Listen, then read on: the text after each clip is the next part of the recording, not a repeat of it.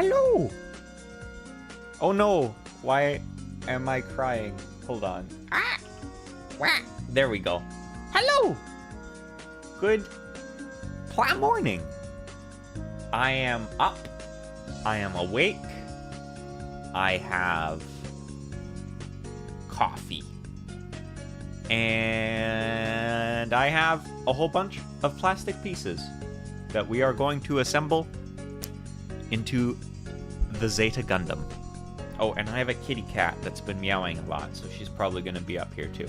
Hey, baby. Hi. Are you going to help us build? So where are we at? I think it's arms time today. Or at least one arm.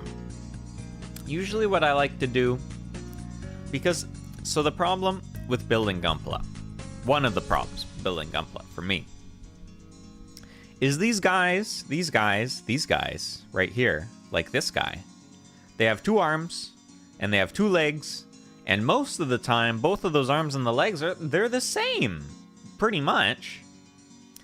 And so it gets a little boring if you build 2 arms back to back, so you're just doing the same stuff. It's the same thing, it's the same arm, same with the legs. And so I like to, in the instructions,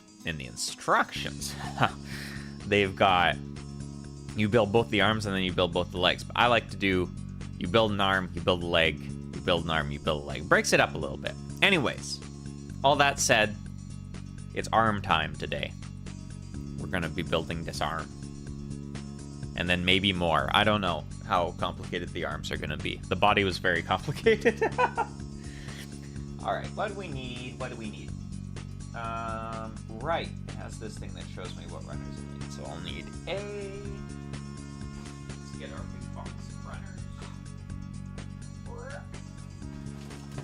What's up? Hi, Dan. We're gonna do arm today. Need A. I'm just getting all the runners I need.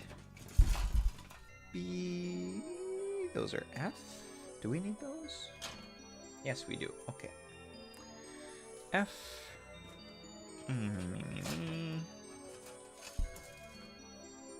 These are B. We need those. We need basically everything, I think. D. Do we need that? Okay. Oh, yeah, we do. Hello, Vino. Good PlaMorning. Okay, we don't need M.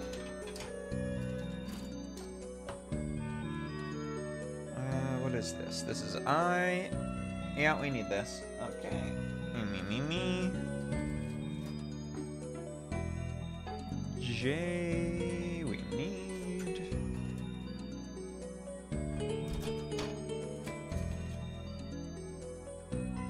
E. Okay, don't need E.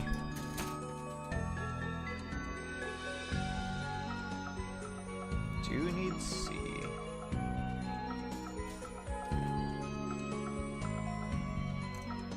Do need H. It's basically everything. Verka are still a thing. Yes. Is this a Verka? I'm not sure. I think this is basically a Verka, but it's not called it. It's called a 2.0. But Verka are a thing. I don't think this is a Verka, though. We did build an MG, though. We built, the turn A was an MG.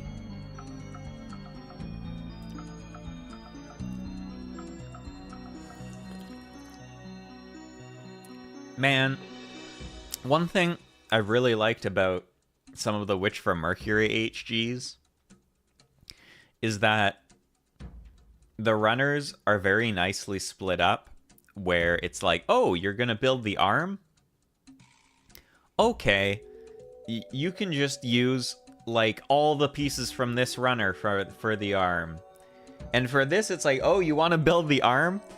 Time to use 2 pieces from every single runner in the box. I guess it's because there's more color separation, too. Newest Verka. Now I'm interested too.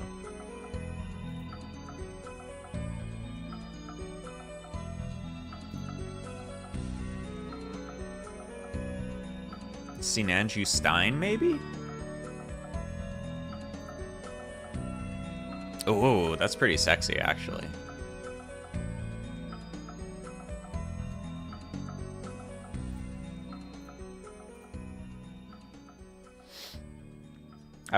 I think I've only built one Verka. I built the Sinanju, not the Sinanju, the Sazabi Verka. Over the course of like a year. Because it's so big. Okay, but what do we need here? I need my snippers. Where'd my snippers go? Here's my file. And where's my snip snips?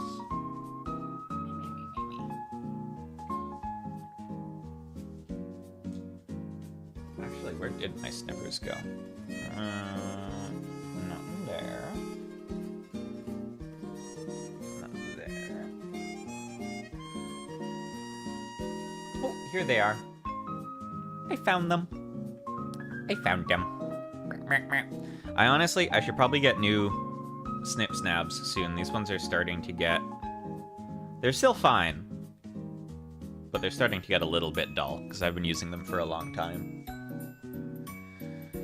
Okay, what do we need? J. J26 and J25.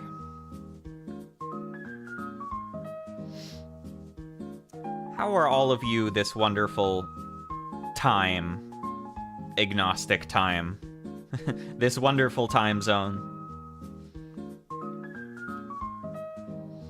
I heard that it's like Southeast Asia is like really goddamn hot right now, like more than usual.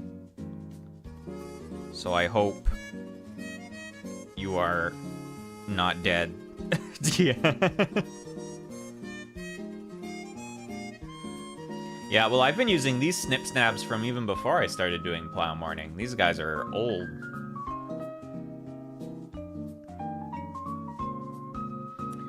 And J30.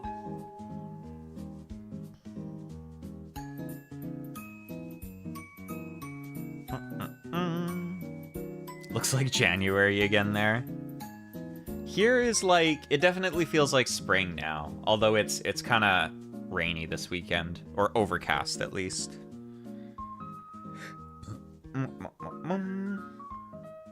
J29.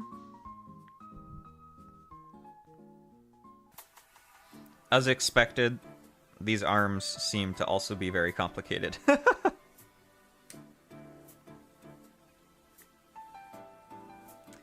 That's the thing, the turn A was also an MG, but it wasn't quite as complicated. I guess its legs had a lot going on, because the turn A's legs are crazy, but...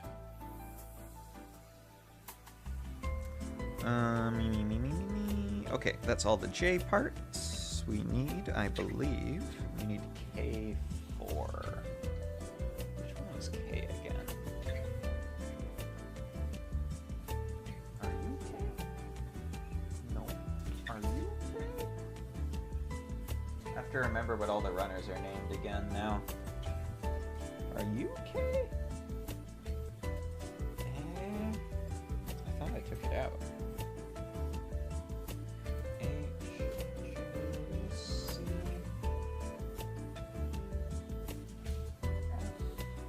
Oh, maybe I did. Is it still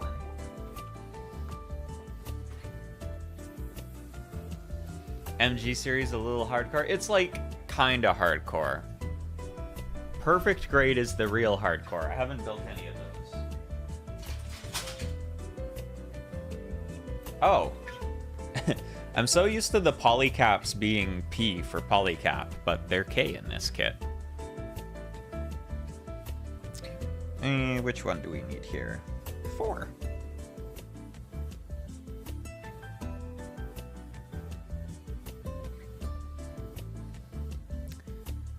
But yeah, MGs are kind of interesting because some MGs are really not that crazy, and then some of them are really insane. It really depends on the mobile suit too. Like I have one of the other things that's been in the poll for a while, along with the Zeta, is the MG heavy arms. And the heavy arms box is like half the size of the Zeta box. It's insane. Which is wild, because the heavy arms has a lot going on still, but it doesn't turn into a jet, so I guess that's part of it.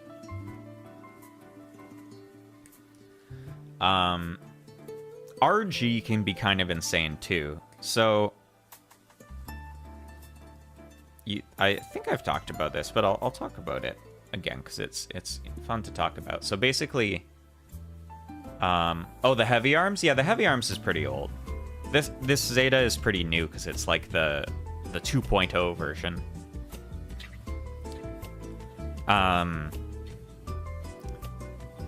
I've been voting for the heavy arms all along. We'll get there. We'll get there. The heavy arms is really cool.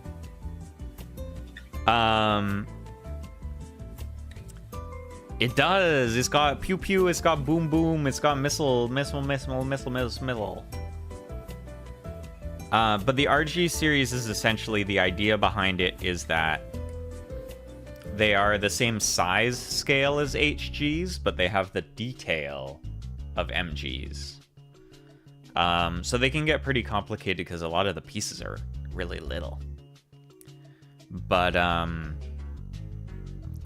one thing I have in my backlog that might enter the voting pool next time, well, whenever we finish this, which will be in a while, is I have an RG Zeong that I want to build, and that bad boy is gonna take some doing.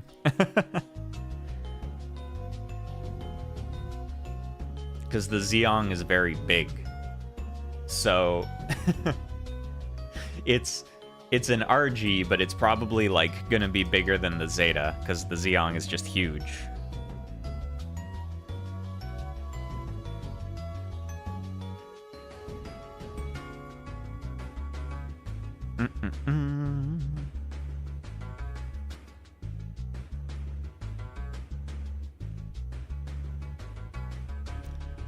Skeletons first, and the other parts last. Yeah. There's some kits that do like a very specific inner frame, and some that don't. A lot of RGs do that, actually. I did that. I guess actually it's technically not an RG. I think it was like just a 1/100 like HG, which is kind of in a weird spot. I built a Barbados that was like that, where it had the skeleton. Super thick thighs and is wearing a skirt.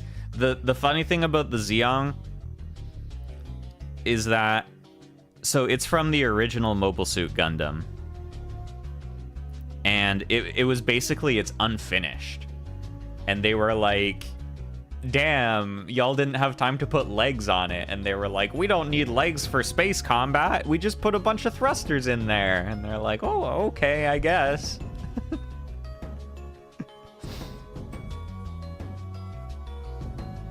But the Zeong's cool. But yeah, a lot of RGs will have kind of an inner, like a complete inner skeleton, and then kind of the armor goes on the outside, which is cool. It just sounds smart. Yeah, it is. I mean, it makes sense. It really didn't need legs. Because all it was doing was flying around in space. The first RG I made was a Zaku. I still have it somewhere. It's it's not very well put together because it's the first one I made. But it was like that. It had the whole inner skeleton and then the armor frames. It's pretty cool. The skirts look like cleavage. Look at y'all looking at the majestic Zeon and saying things like thighs and cleavage. Tisk, tisk, tisk, tisk.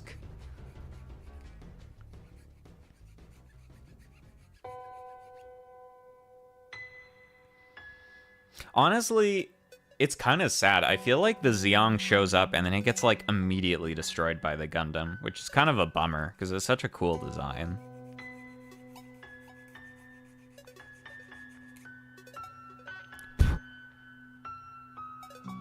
Aren't you proud of us, fellow robot lover? These aren't robots, they're mechs.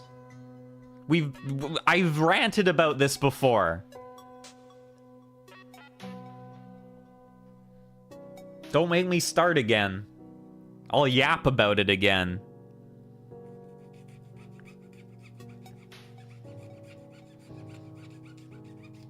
The appeal of loving robots isn't the machinery. That's just a bonus.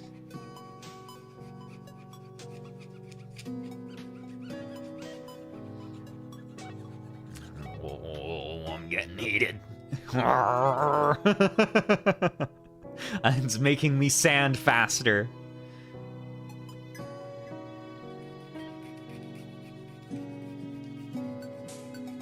Oh, this is nice. What is this? Thomas was alone. The main appeal, I think the reason I like robots is it's the whole idea of like the romantic aspect of robots is like learning about what love is. That's the cool part. That part's like, whoa, is awesome. That's the core of it, I think. So it's really more about the artificial intelligence than about the fact that they're robots, you know? Like, okay, here's an example. Aiga's Persona 3. Now you understand.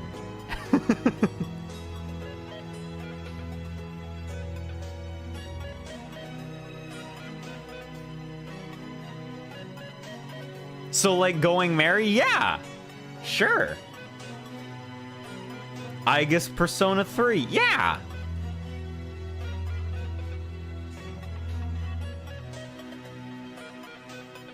Would an Amnesiac provide the same experience? Listen, all I'm saying is that Leia crosscode is very robot-coded.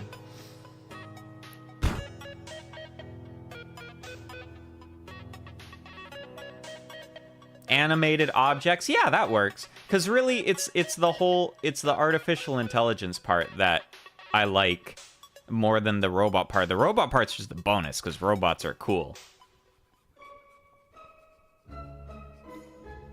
Like, for example, the Murokumu units in BlazBlue are technically clones and not robots, but they have robot qualities that makes them worthy of being robot girls. Does that make sense?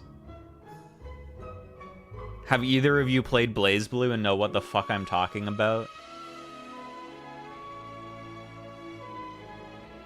Because if not, just don't. Just ignore me. Or else I'm gonna start talking about BlazBlue lore and we're never gonna stop. This is kind of changing the way I view you. I just like robots.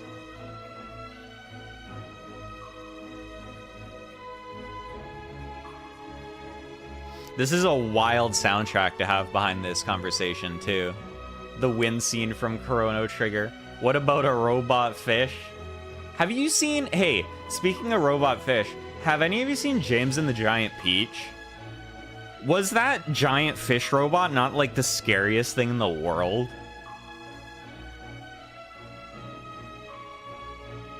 Do you know what I'm talking about? It was really scary. Scariest thing to some, perhaps. What does that mean?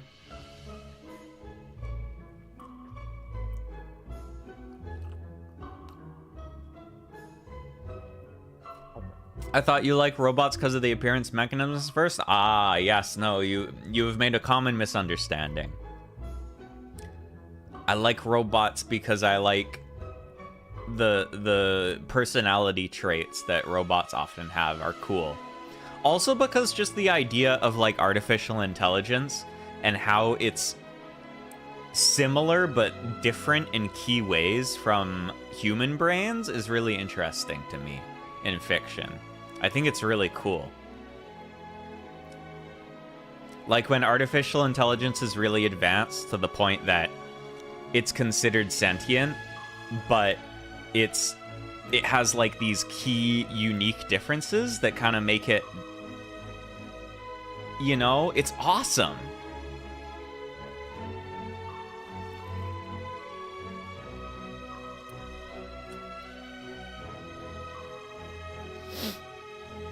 I mean, I also like how robots look. They look cool, don't get me wrong, but that's not the main point.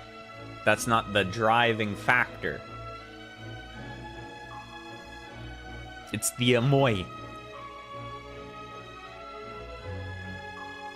Think about Nagato Haruhi. Oh, Amoy.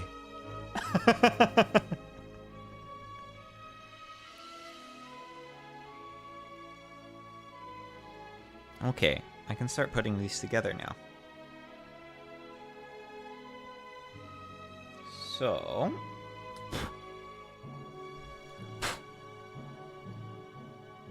like, for me, whenever I saw those Halo Zoo girls, it does things because they look robotic. See, for me, whenever I see something that looks like a robot girl and then it's not actually a robot, I'm like... come on.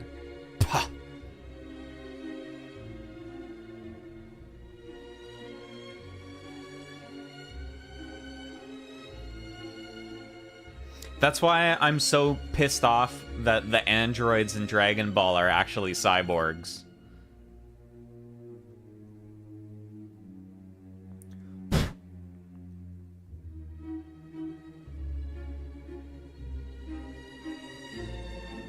Wait, how does this go in? Is it here? Okay, I got it.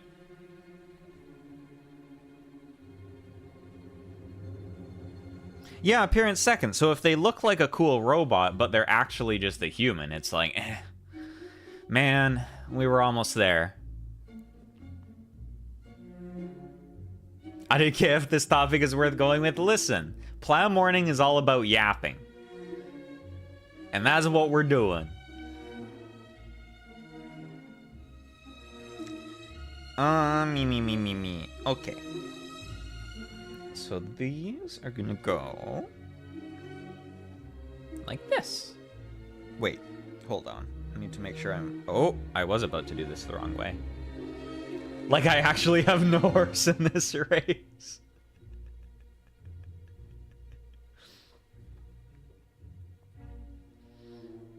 See, I'm gonna be a robot psychologist when I grow up, so...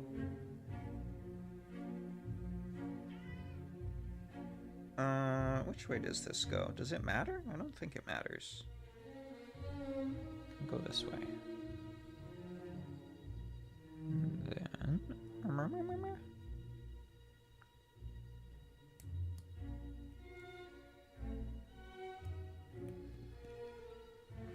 But yes, that is why mobile suits aren't attractive, because they're just vehicles. They're not people.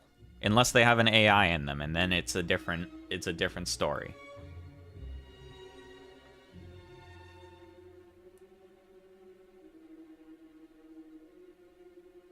Oh, robots can, like, know everything and not be a moy and still be interesting to me. Because there's still differences in how robot mind works versus human mind, even if they're, like, really already figured everything out. Ooh, cool cyberpunk OCs? Yes, send me, send me.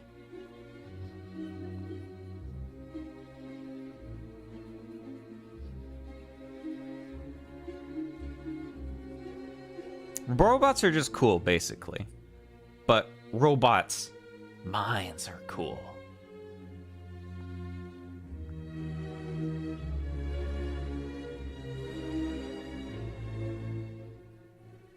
Dorothy Valhalla. Oh! Yeah, I was never, like, into Dorothy that way. Maybe it's because she looks like a kid. Maybe there is some appearance bias. Dorothy's fun, though. I like Dorothy as a character.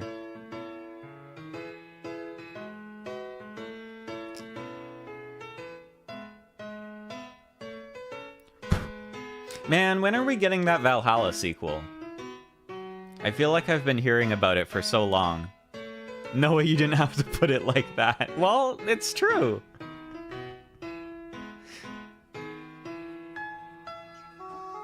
It's like a core thing when you're talking to Dorothy quite often in the game.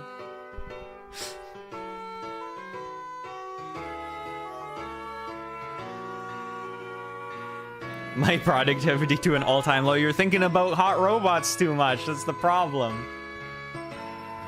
Hi, Katse. We're talking about robots. Also, I'm building an arm, and we've built this. Hi, Theses. Oh, Theses is here, too.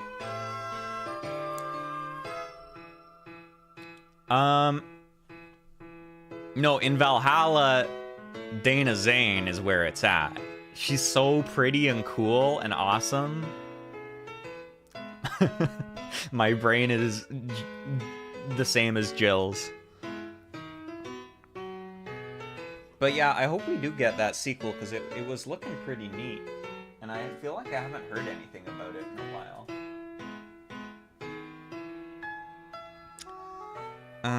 We need D4 and D3. These guys.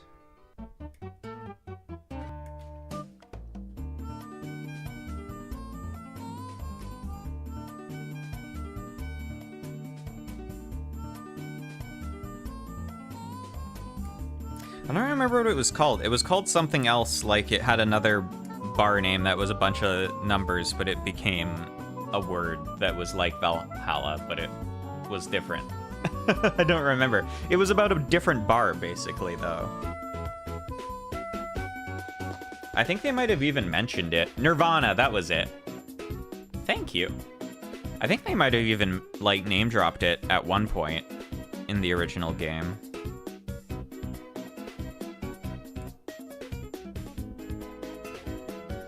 I've been meaning to try, I haven't got around to it, but apparently there's an event in Star Rail right now where you get to mix drinks for people, and that sounds fun.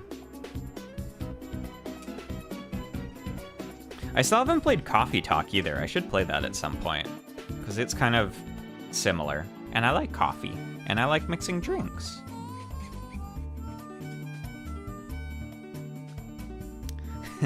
N1RV ANN-A to be exact.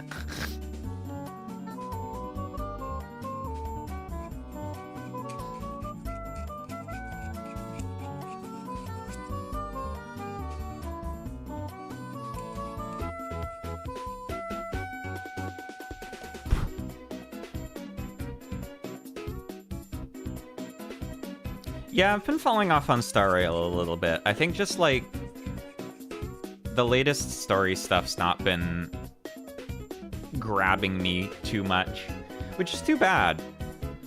It's kind of, why are you so good at the nerd voice? Well, don't tell anyone. But it's because I'm a nerd. I think it's also because my nose is so fucked up, so I can do a nasally voice like that very easily.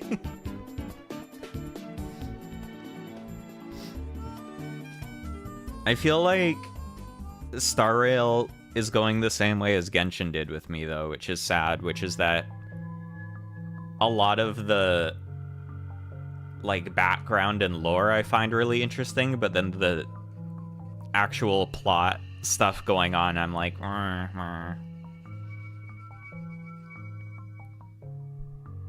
whole nerd voice stream? Oh, God. I mean, I could do it. I feel like that would be difficult to watch, or to listen to. Actually, I think, you'd find that... you might find that a little difficult to listen to.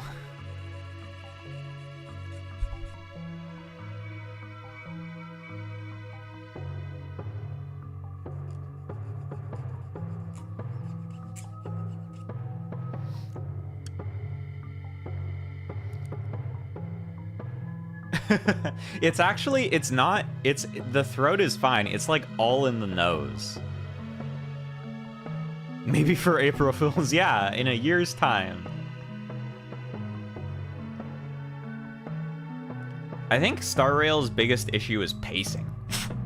Like, even when the actual plot is interesting, the pacing is just kind of... It's a little funky.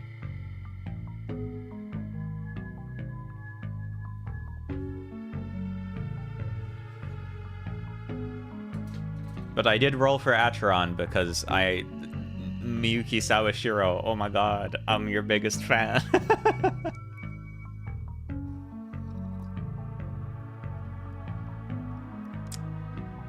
Miyuki Sawashiro's voice is so good. Oh my god. I don't, like, fanboy over seiyus that often, but Sawashiro-san, I do.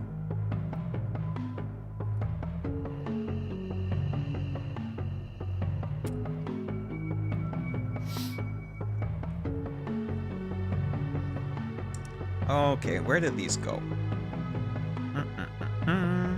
Up here. Like this. And like this.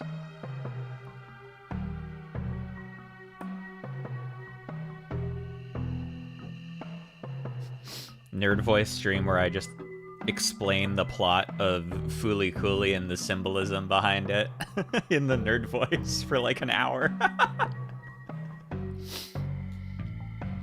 So, actually, you see, you might think all this talk about right hand and left hand isn't important, but really, if you listen to the director's commentary, it all ties back to, the idea of uniqueness in our society. And you may notice that the robots that come from his head, oh, look at that, it's a left hand.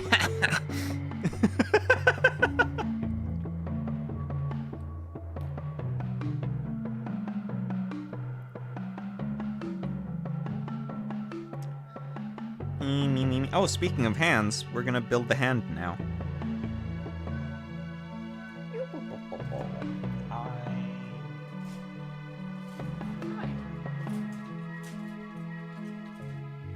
You're a natural. I don't know if I should be flattered by that.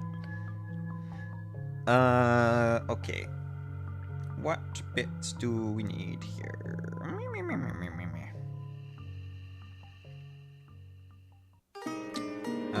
I-43.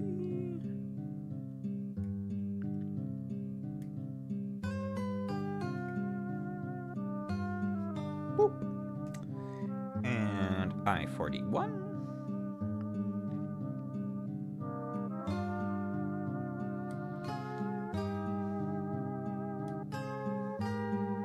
I'm glad this also has... Need to watch the Gynax stuff I haven't watched? Yeah! You do! Old Gynax stuff is so good. Oh, Penny and Stocking? Ah! I was like... meh on Penny and Stocking. I think listening to the soundtrack is like 75% of the good experience. But it's fun. It's got some fun animation.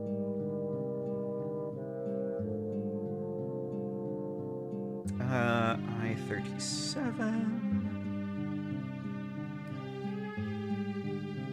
Panty and Stocking is like the most studio trigger Gynax show, if that makes sense.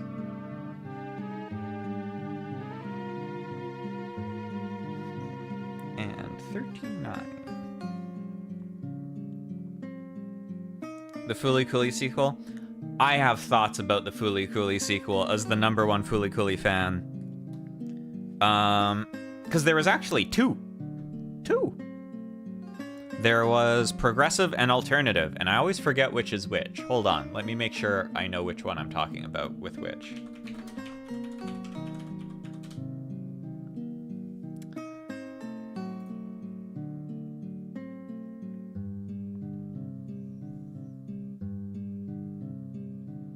Yeah, there was progressive and alternative. So they were done by Production IG, but little known fact, Production IG also worked on the original Fooly Cooly a bunch. And a lot of people, even from Gainax, that were originally working back then, ended up going to IG. So it pretty much is the same people.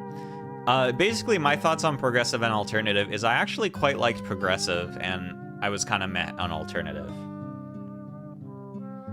I think definitely the first few episodes of Progressive are the weakest ones, though. And then, like, episode 1 and 2 are kind of like, eh. And then episode 3 is kind of eh, but it's got its moments. And then 4 and 4, 5, 6 are like, okay, we're cooking. I quite enjoyed it. I don't like it nearly as much as the original, but as its own thing, I think it's really fun.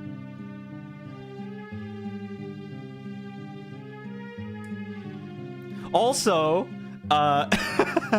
tying back to our early conversation, Sawashiro Miyuki-san is in it. But yeah, definitely the start of it is the weakest part.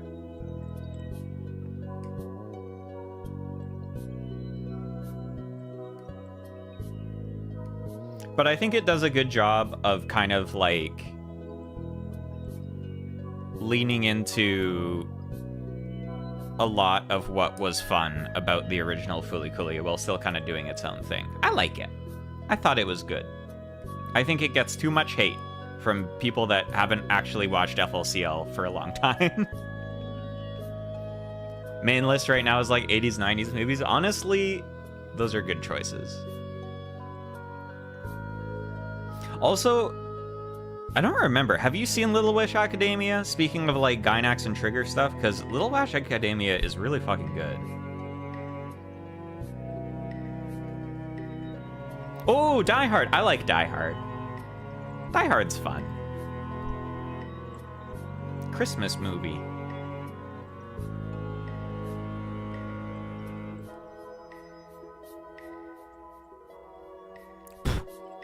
Have you seen the old Guy Ritchie films? Like Lock, Stock, Two Smoking Barrels and Snatch? Those are great. Highly recommend. I don't know, Die Hard made me think of those for some reason. I guess they have people yelling and guns in them.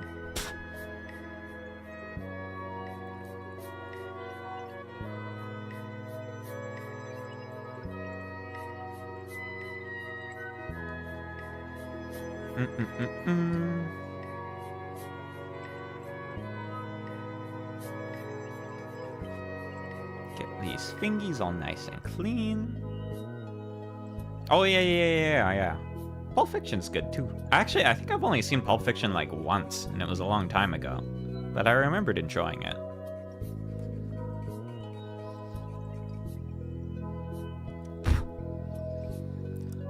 Guy really likes feet, yeah. I think I don't think they're necessarily his best films, but my favorite Tarantino films are still Kill Bill. Or The Kill Bills. But I think that's just because I really like Hong Kong action movies.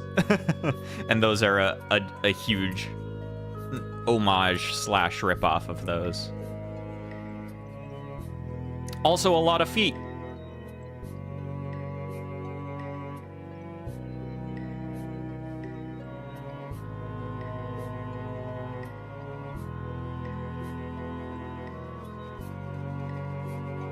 Some of the classic, the outfit is a big homage for real. Yeah, it's just like, oh, Bruce Lee.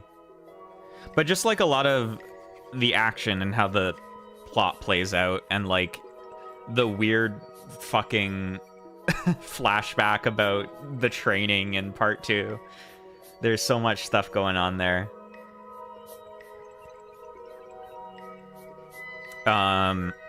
In terms of Hong Kong action movies, like the old John Woo stuff is really fun too. Like, fuck, what are they called? Is it just called The Killer? Oh, hold on. My doorbell is ringing. I will be back.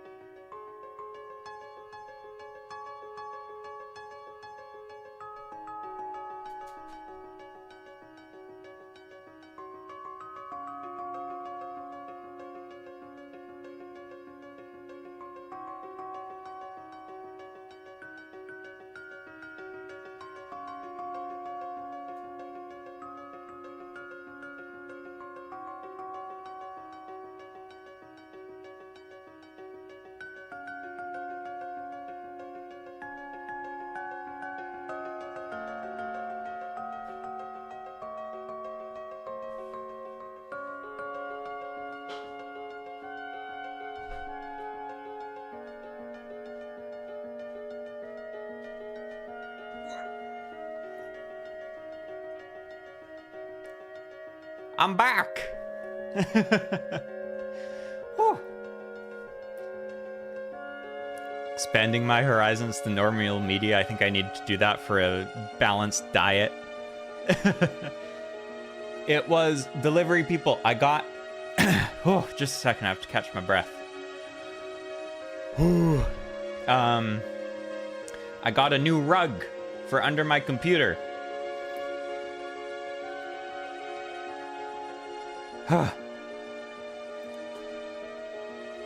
And I ran up the stairs with it. I can smell the rug. But yeah, you can probably smell the current one because the current one's gotten kind of nasty over the years, which is why I'm getting a new one. And the new one, because part of the problem with this one I have right now is it's like a shag rug, so it's long, and that's why I lose my pieces for forever when I drop them. And so this next one is a much more tight-knit fuzzy rug, so it shouldn't, like, eat Gunpla pieces when I drop them, which is exciting. Whew. But yeah, I think... Hey, baby! Hello, Theses. Come here. Come on. Hi! I ended up with a more balanced diet, at least with movies. Oh yeah, I'm gonna shake it out, and I think a bunch of shit is gonna fall out of it. I ended up with a good balanced movie diet growing up because I was a weeb, but my dad's really into movies. And so once I was old enough to watch a lot of stuff, he was like, I gotta show Noah these movies. So I watched lots of stuff with him. Hey, girly. Hello, baby. Look at you. Oh, you're so soft. Hold on, I have to pet the cat. Hi. Hello. Baby, were you scratching at your socket? You have to leave it alone. No, no, no, no. Do you want to say hi to the people on stream? Come here. Say hi. Say hi. Yeah, there you go.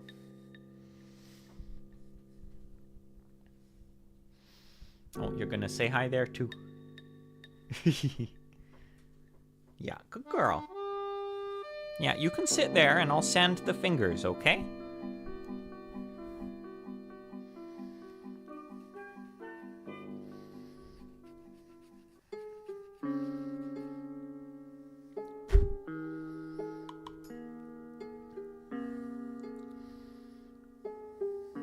Isn't she just the cutest, nicest kitty? She's so cute. Even this morning when I was trying to sleep and she was running around and yelling, she's still so cute. Yeah. Yeah, you can lie down here. You can lie down on my lap. Yeah.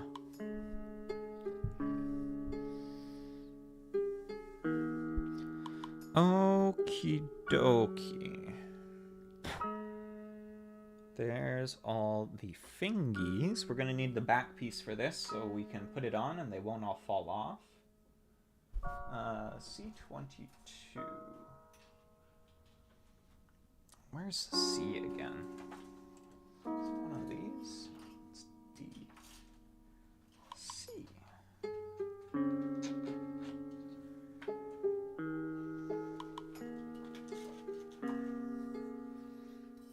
Doing what she does best? Yeah, being a hooligan.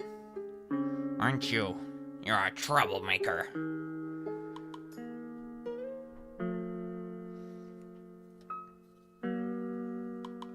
C22, this one.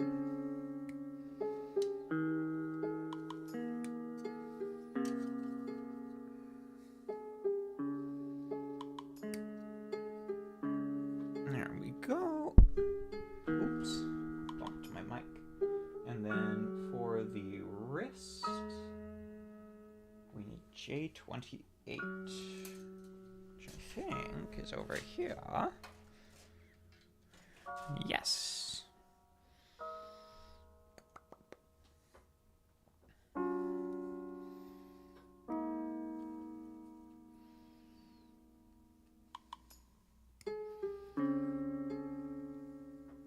Oh, in terms of old movies, watch Goodfellas too. I honestly don't remember that much from that movie, but the funny like a clown scene lives rent-free in my head, and I always quote it all the time, and people are like, what are you talking about? Yeah, clowns, huh? And I'm like, no, it's like, oh, it's from Goodfellas. But it's such a good scene.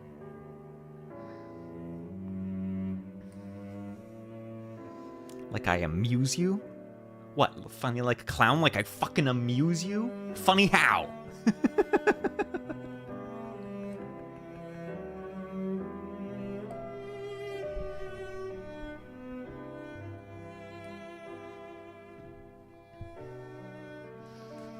Pretty much all I remember is I remember that scene, and I remember him like flushing cocaine down the toilet. That's all I remember from Goodfellas.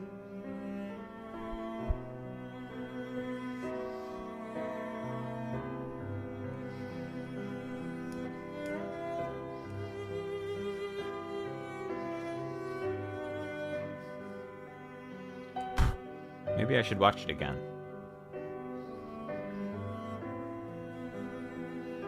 Well, the cops were gonna take it anyway, so... It was either the toilet or the cops, you know?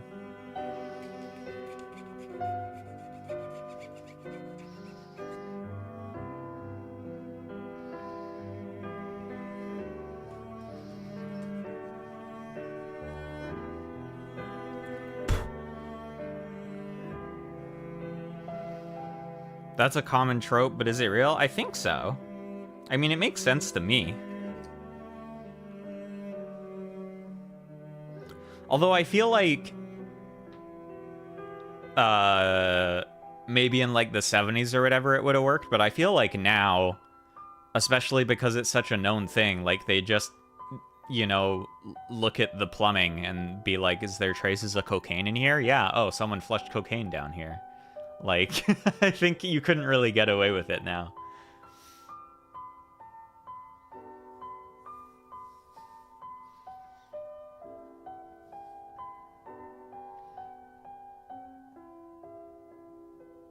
Sewage waters. Yum.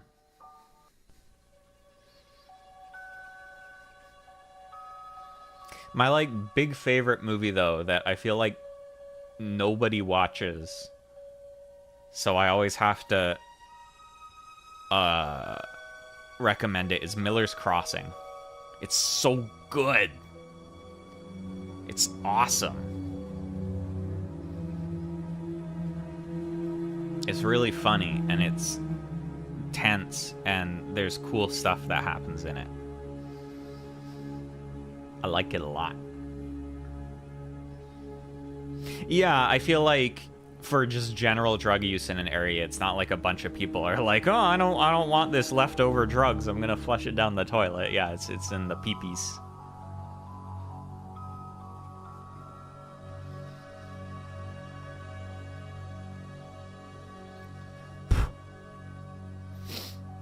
But yeah, Miller's Crossing, super, super, super, super good. Everyone should watch Miller's Crossing.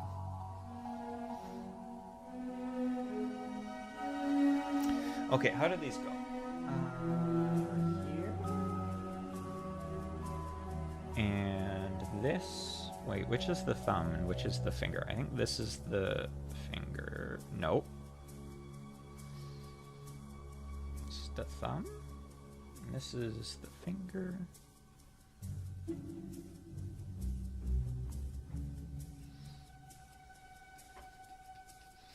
Most of the Coen Brothers movies, I think, are really good, actually. I like them a lot. I think the only one that I didn't really like very much was Barton Fink.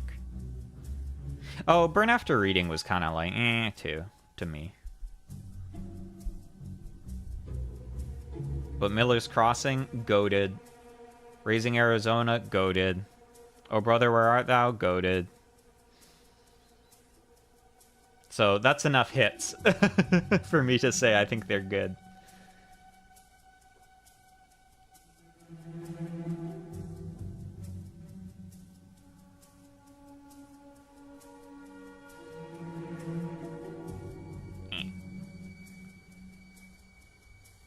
Oh, this really needs to be pushed in there. Maybe someone gets a kick out of throwing hard-earned cocaine down the drain. Yeah, maybe. They're like, I got so much, I don't even need this. Flush.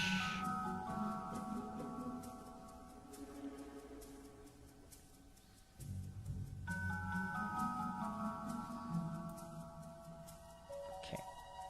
Fingy here. These bits with the fingies are always tricky because they're in there, like, pretty loose. So you gotta put the back on.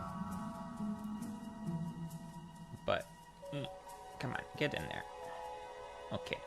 And then this on here.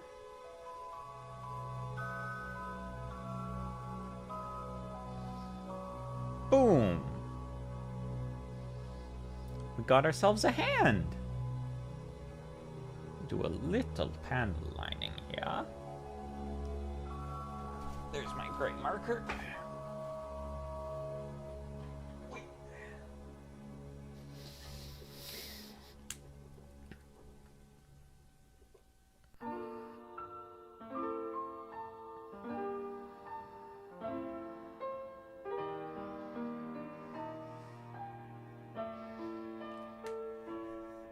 There's a lot of JRPG in this mix. I like it.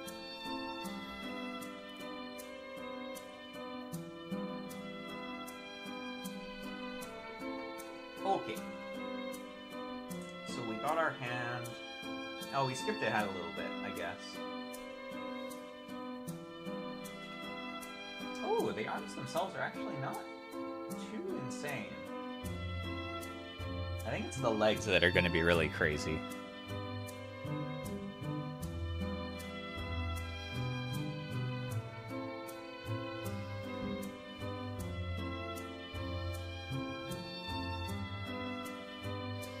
I keep saying the legs are crazy because look at this picture. Look at the picture they have for the leg.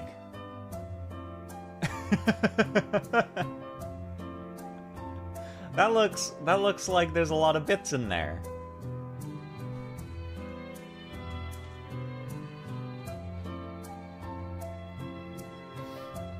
Okay, there's our hand. It is pretty sexy. Where's my black panel liner? Here it is.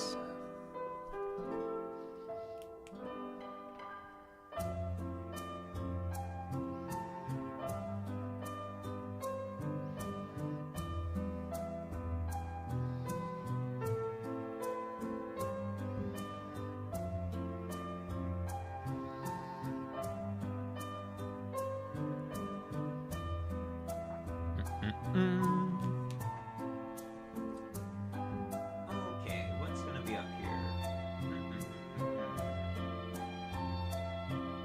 H3. God, these are all from different runners. Okay, H3. Get this first.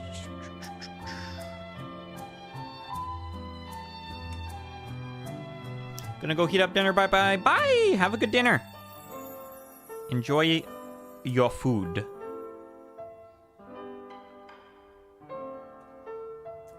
H3, F9, and J32.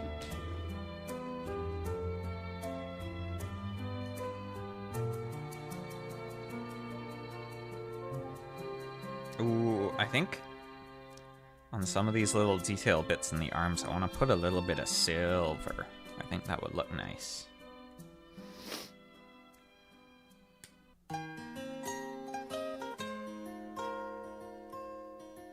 And what was the other bit here?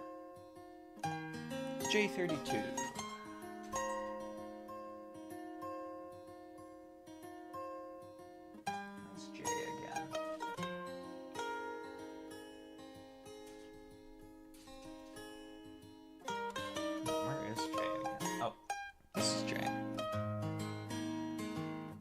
Oh, I already got J32. F9, F9, F9. Sheesh, there's so many little bits.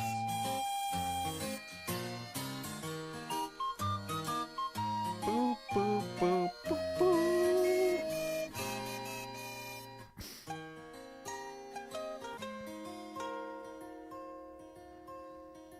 Actually, the instructions are telling me that there's a sticker here. And I noticed there's a couple yellow stickers, which I don't really want to use that much. So maybe we're going to paint some gold on this.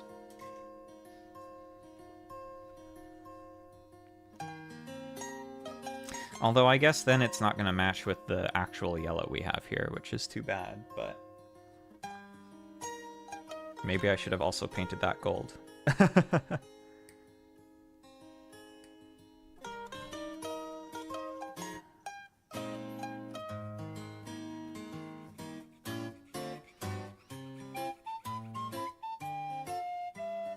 Boop, boop.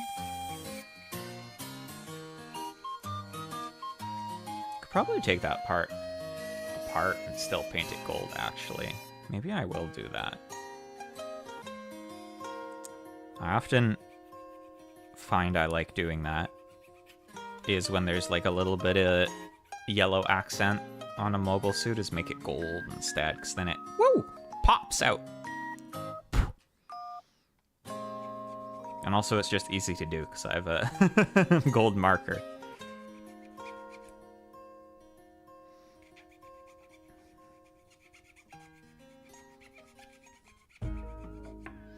I do have one kit in my backlog that I've been slowly getting all the pieces prepped for because I want to do a full paint job on it.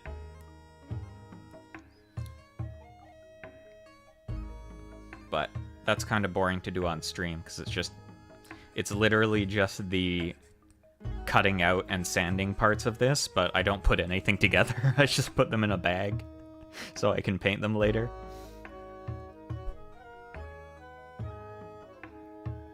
Although, to be fair, most of this is just yapping anyways. There's just also a Gundam that slowly comes together. Okay, so there's that. Where's this sticker gonna be going here? Ew, on these. Okay, yeah, these are getting painted gold. And then I think, like, these in here, or potentially, like, these little, like, piston guys could be cool to do silver, too.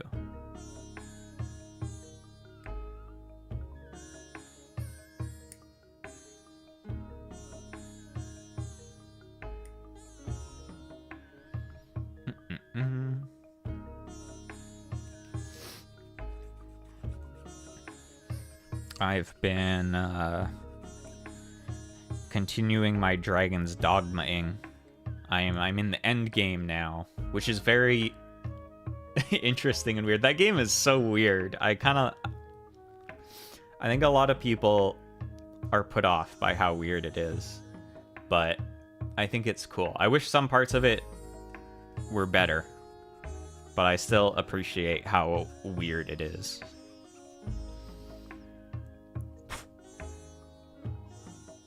I wish you got to talk to the dragon more, though. In Dragon's Dogma 1, you got to talk to the dragon all the time, and you've already heard me talk about how sexy the dragon sounds. And in Dragon's Dogma 2, he still sounds really sexy, but you don't get to talk to him that much, and it's like, oh man! He's basically, like, only at the start and the end. He's not in the middle at all. It's lame.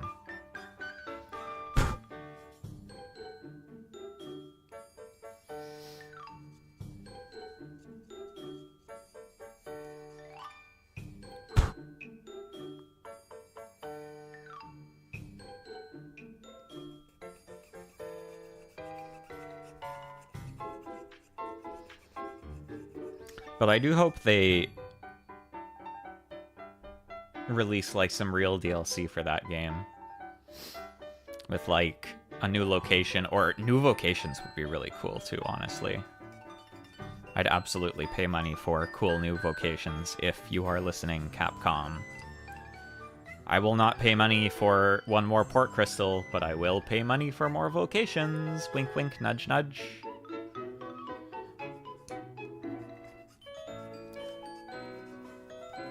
So you should give the dev team budget to do cool DLC, so I buy it, so I give you money.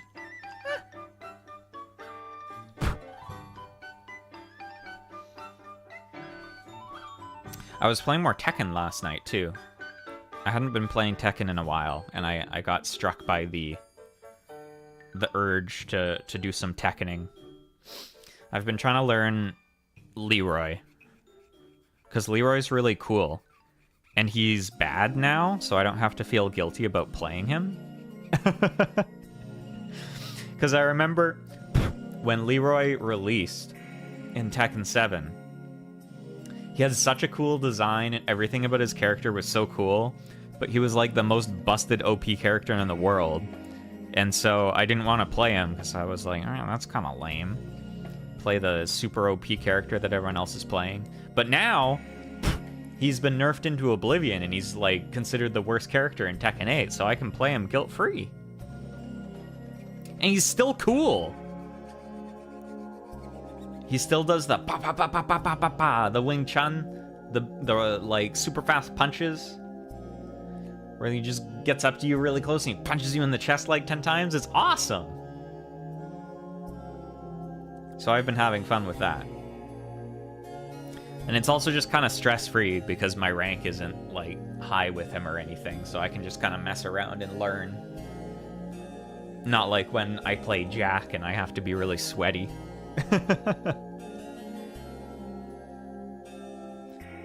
Okay, where did my gold marker go? Just a moment. I'm gonna go... How DLCs work still baffles me. Like, does the base game need to have some parts of a DLC already on it? So in some cases, yes. In some cases, no. Like, in some cases, the game basically already has it in it, and the DLC is just, like, unlocking it. Or, like, adding missing parts to it or something, you know?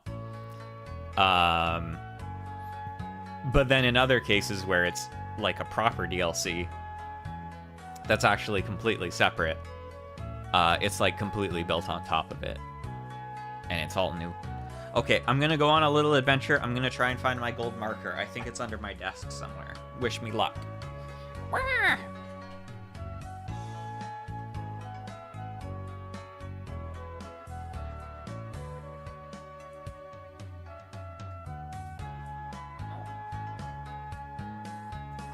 That was actually pretty easy. I found it immediately.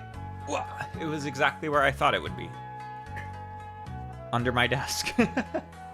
Why no more Monster Hunter World DLC? Well, there's this thing called it being...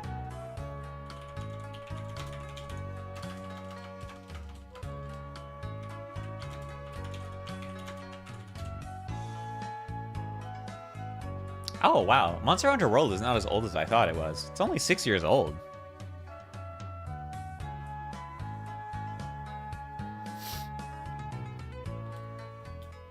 But it is a 6-year-old game.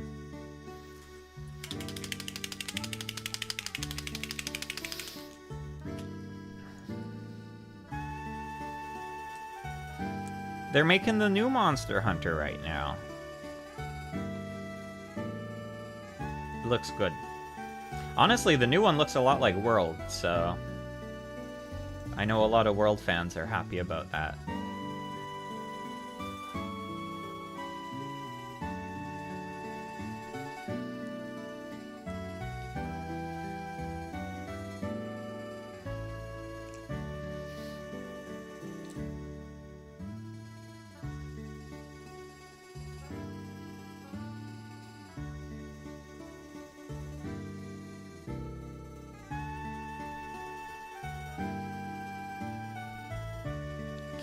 Okay. Ooh, that looks good, having the gold on there. Okay, good decision. Good decision, No.A. You know how things are only until like this and then no more DLC? I'm realizing how stupid what I'm saying is. I'm glad, because I was having a hard time responding without saying it's really dumb. You know how some things happen until a certain time and then they don't happen anymore? Why does that happen? That's crazy. Where is this gonna go? Would this make sense to be silver? I think it might be cool if it was silver. Hold on, let me check where it's gonna go.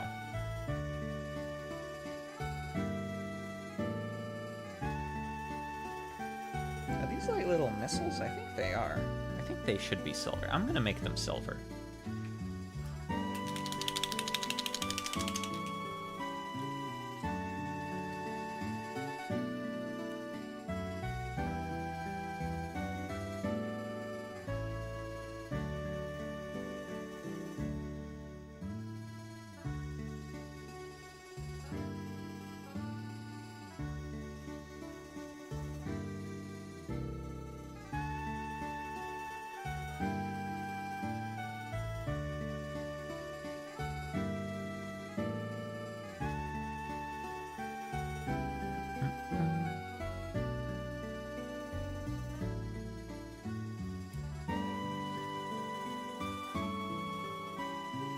Oh god. Don't... Actually, that would probably work pretty good for Pokemon. Instead of them trying to, like, remake the engine every single game. Just have a live service Pokemon game.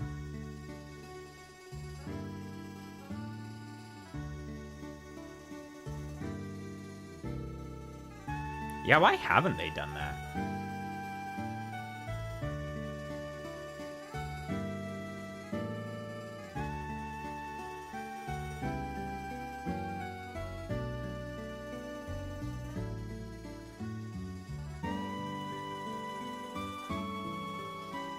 I'm glad at least that Pokemon seems to have moved towards doing DLC rather than like, we're gonna release the game again, but this time it has new stuff.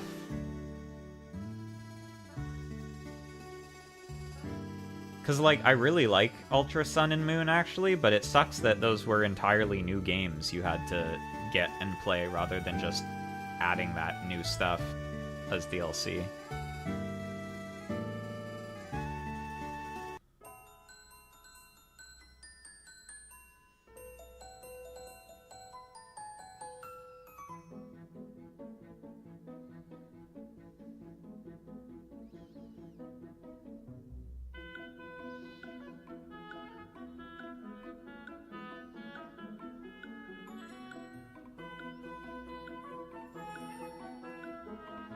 Because Game Freak is an indie game studio, No.A. Oh, right, of course, I forgot.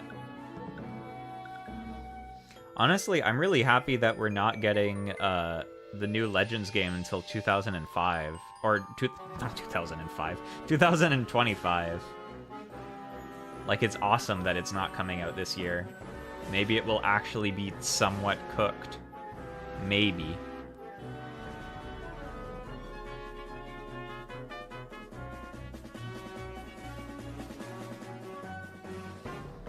Okay, this is gonna need to dry.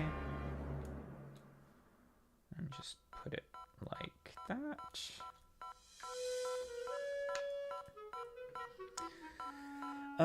Okay, I kind of have to let these dry. Maybe I'll just cut out the other pieces we're gonna need right now. F7 and F10. Where's F again? It's this, right? Yes. I don't know if it's been explained why the hell one of Zygarde's forms a freaking dog. I personally think it's because Zygarde is, like, very... I guess the snake isn't. But to me it feels like a mech and a dog are close together when you think of, like, tokusatsu shit and, like, Zoids and stuff.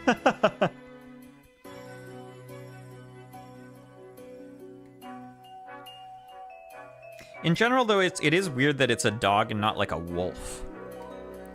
Because Zygarde always felt kind of like Jormungand, you know, like the big snake in Norse mythology. So if one of its forms was a wolf, then it would have made sense that it was like Fenrir. But it's like very much a dog and not a wolf, so it's kind of confusing.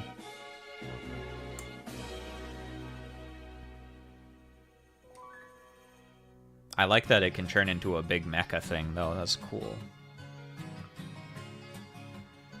Okay, so we have these, and then we need B3 and B2.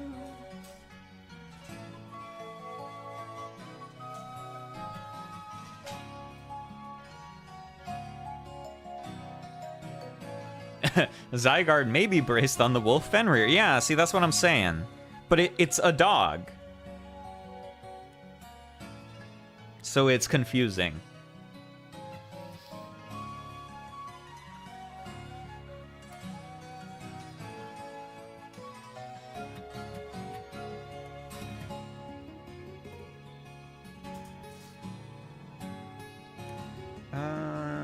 Is there anything else where you're going to need F1?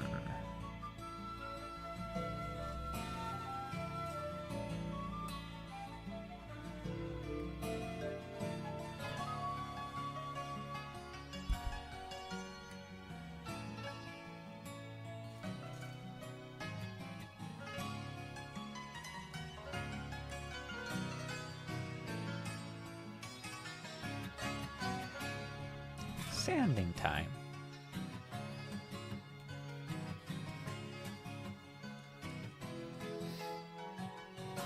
But yeah, I'm kind of like, I really like the big snake. And I like the big mecha, and the dog is It's definitely the weakest. The weakest design of the Zygarde forms.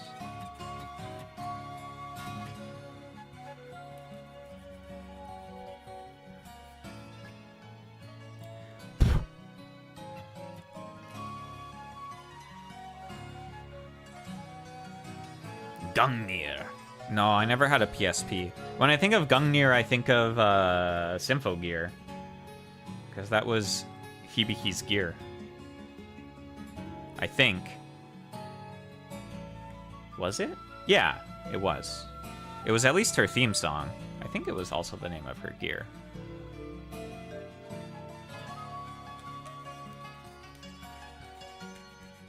Yeah, I didn't have a PSP. I had a... I got a Vita, like, way after... When it was old, I got a used Vita. But I never had a PSP.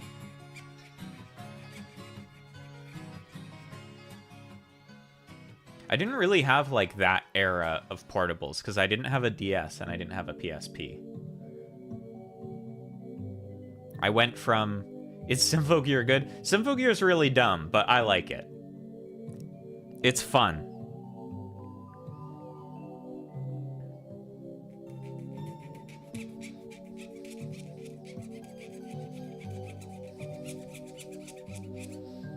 Symphogear is like the fusion of the magical girl and the mecha genre, basically.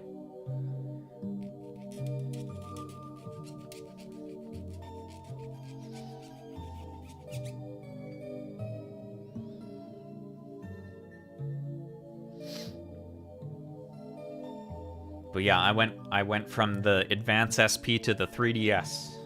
No in between.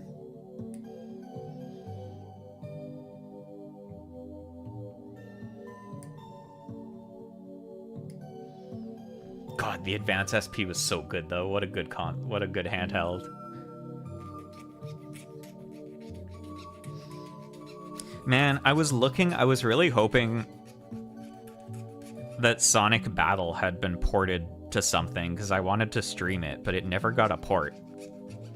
So the only way I could stream it is if I emulated it, which I think people don't like people doing, but people don't watch my streams. Maybe I can get away with it. Yggdra Union, no. I assume that's short for Yggdrasil. Oh, this was a Game Boy Advance game. No, I never played this. The thing is like, I wasn't a weeb when I was small.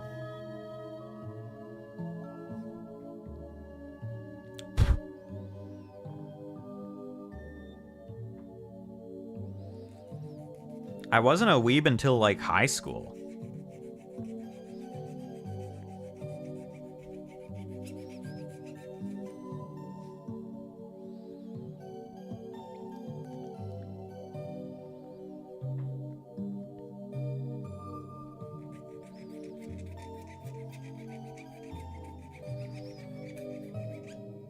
Like, I liked Pokemon and Digimon, but everybody liked Pokemon and Digimon.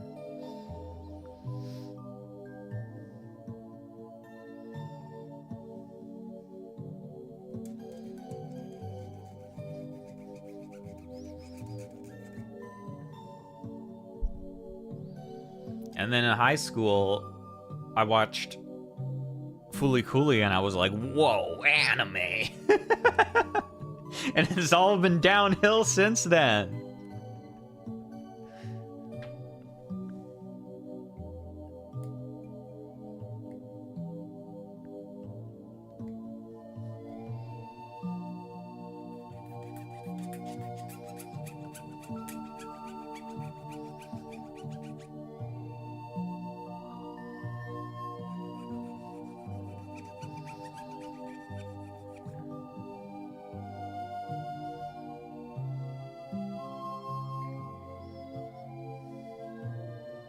Man, talking about BlazBlue earlier, though, I really want to, like, do a yapping stream about BlazBlue lore someday, because it's so crazy.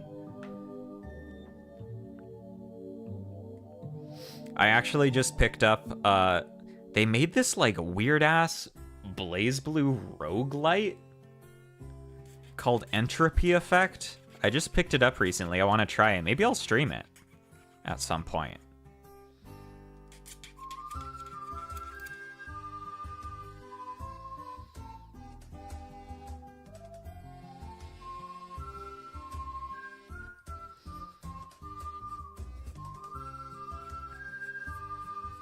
And then I can yap about BlazBlue while I play it. That's a good idea. Squirrel Girl to Awooga for me. Makoto's so awesome. I'm so mad because Makoto has this really cool coat that's part of her actual outfit. And then she chucks it off when she starts fighting. And I'm like, keep the coat on, it's so cool!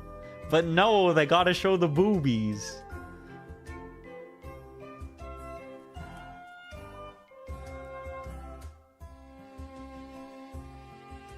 Makes me mad. Okay, these are probably dry now, right? Yes. Okay, we can start putting stuff together. So... this... oh, actually, I need to do some panel lining, too.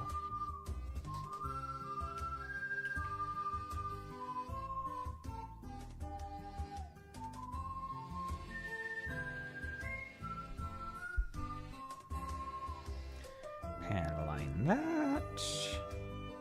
Panel line this. Oops.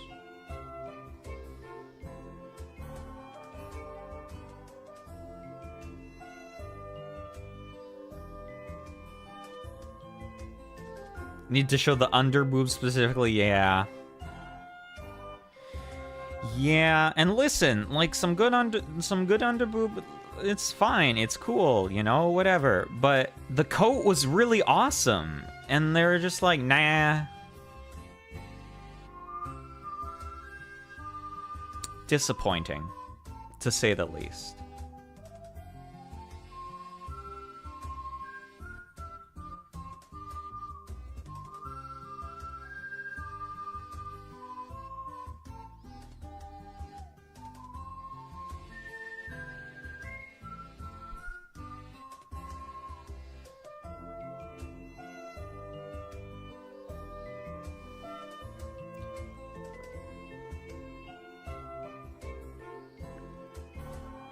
Or like, that's the other character design in BlazBlue. I would agree fervently, but no, you don't. The coat. That's like the other character in BlazBlue whose character design is because when I played Blaze Blue, one of my mains was Bullet, and she's just got stuff shaking around up there, and I'm like, this character would wear a sports bra. This would not be swaying in the breeze as much as it is.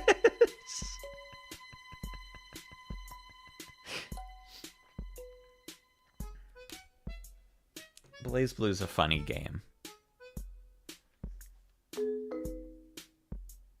Okay, this goes in here like... Wait. Like how? Like this? Like this? Yes. And then this is... up here? Yes. Okay.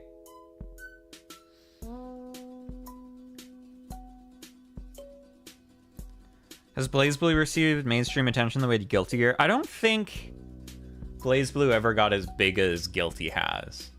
But Blaze Blue was like, because for a while, because Arc System Works made Guilty Gear, and then I think there was something with the rights or something with Guilty. But anyways, then they started making Blaze Blue for quite a while, and that was their main fighting game. And then with Xrd, they went back to Guilty. So for a while, at least like, not mainstream attention, but like FGC attention, Blaze Blue was the main Arxis game for a while. So it got played a bunch, but I don't think it got like popular the way Guilty has.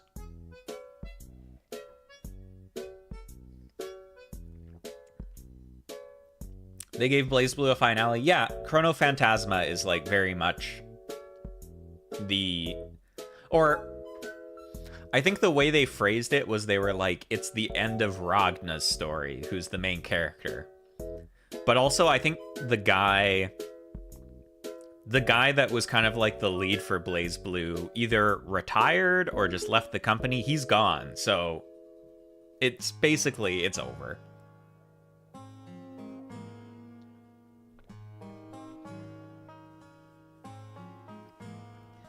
Blaze Blue is so interesting because it's such a mix of like things that are really cool and things that are so fucking stupid.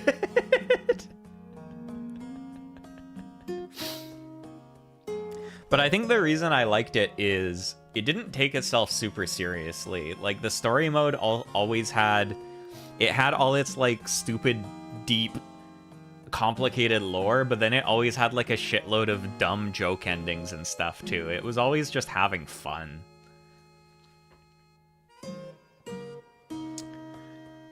Okay, how is this going here? That's on... Oh, this is cool. It's got like a little flap for the missiles here.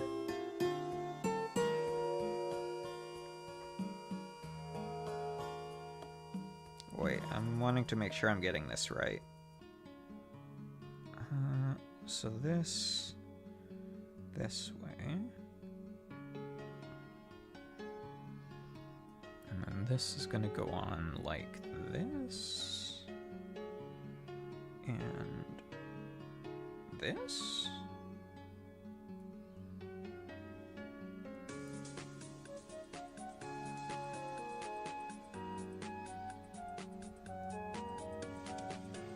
Hold up.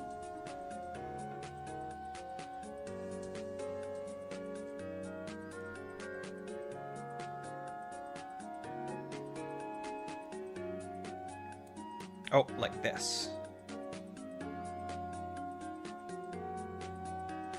Oh, those bits look so good in gold. I'm so glad I made them gold. Okay, and then we need K3. I think I'm gonna make these yellow bits gold as well, because then it'll all match.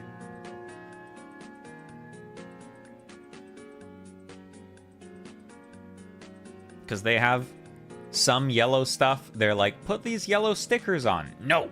Pwah! Make it gold.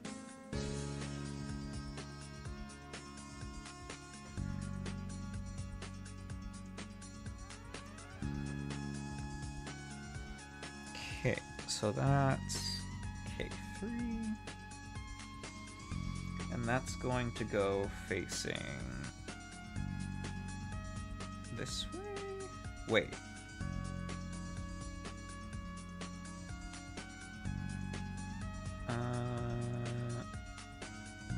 Yes.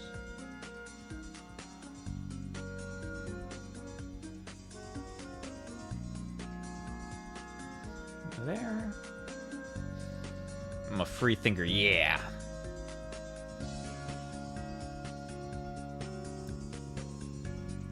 They can't control me. See, look how nice that looks. Gold. It's like, ooh, kind of sexy. Ooh, pops right out. Oh, it's not focusing, but you get the idea. Focus, yeah. And then look at this. There's a little, ooh, and then I think this can like slide forward, can't it? There's a little hatch up here that will open up. I think it can slide. Can it slide? It felt like it should be able to slide. Ew, maybe that's what that's gonna be for. I see. I think I see the vision.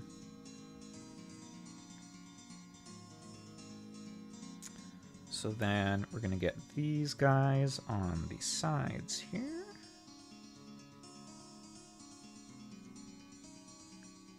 Oh, need a little more sanding there.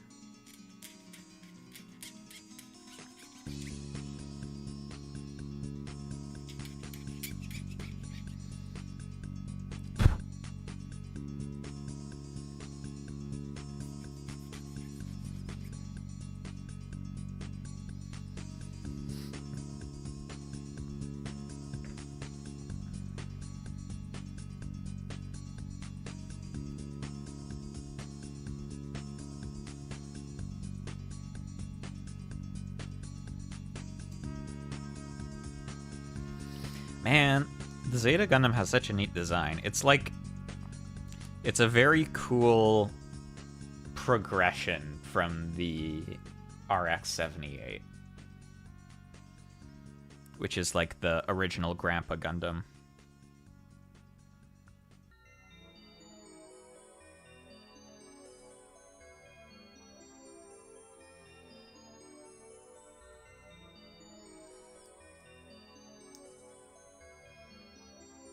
That like that. And then this is going to go into here.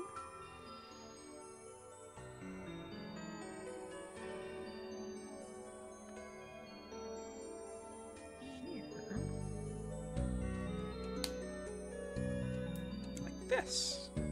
Ooh, arm.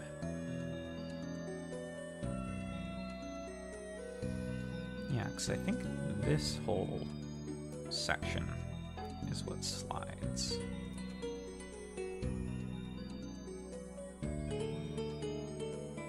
Touch up the silver in there.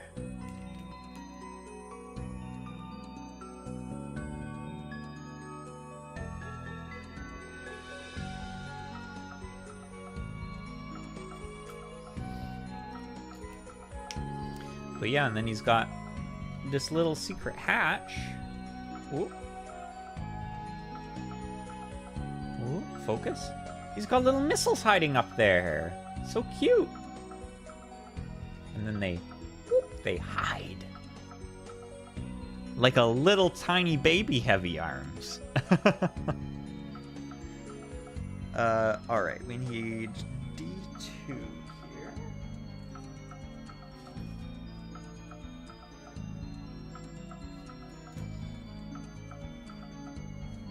Yeah, little shy weapons.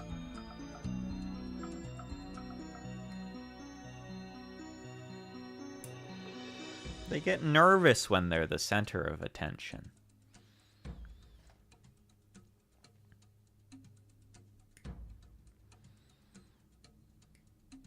This guy's very shy in general because his head can hide, his weapons can hide.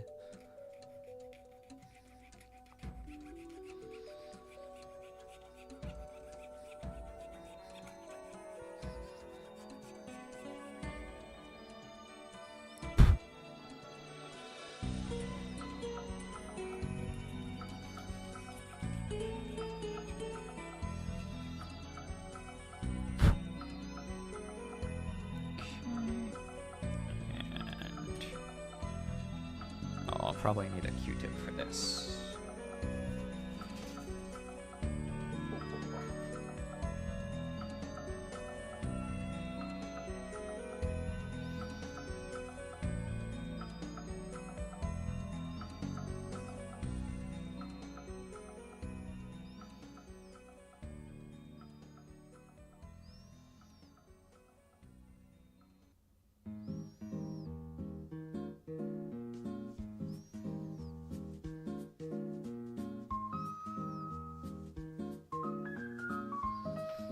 Okay, and then just clean up a little bit with the Q-tip.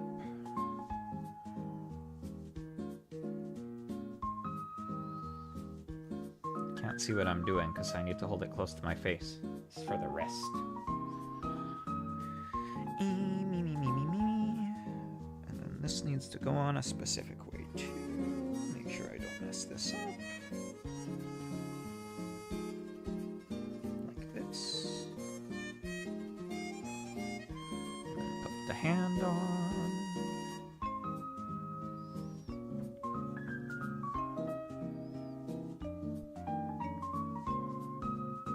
Ooh, looking pretty good.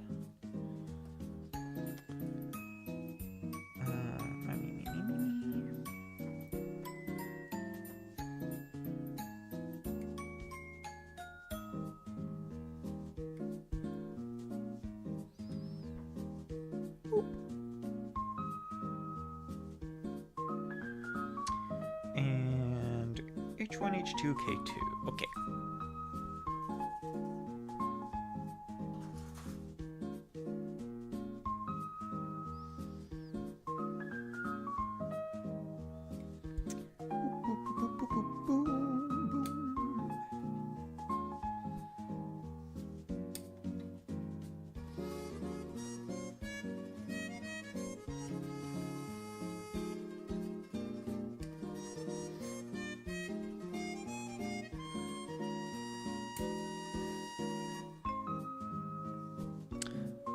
Oh man, oh man, oh man. Okay, so I won't stop yapping about this, but y'all heard that new Dunmeshi ED? It's so good. I wasn't really, like, big into the old OP or ED. Like, they were fine, they're fun. And the new OP is fine, it's fun. But the new ED is like, whoa, that's the good shit.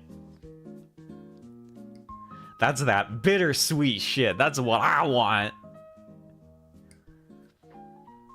I really like it a lot. And it's got the new art from Kui-sensei. Oh my god. It's so good.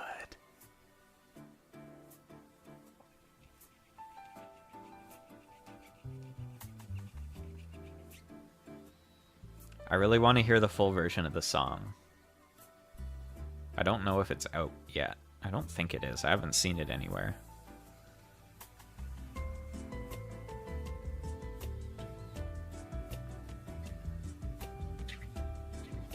Makes me want to learn guitar again so I can learn to play it.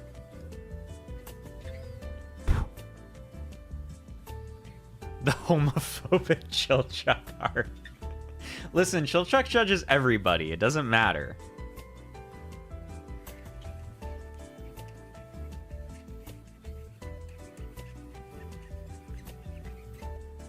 He's just an old man. He's not used to the new ways the kids are doing things these days, you know?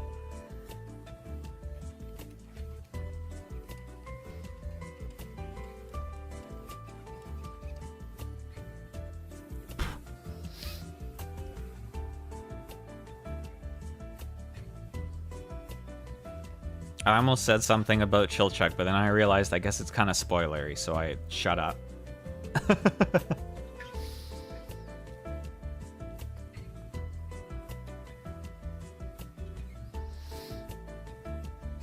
I like Chilchuck, though. I like all the main characters in Dunmeshi. Everyone's likable.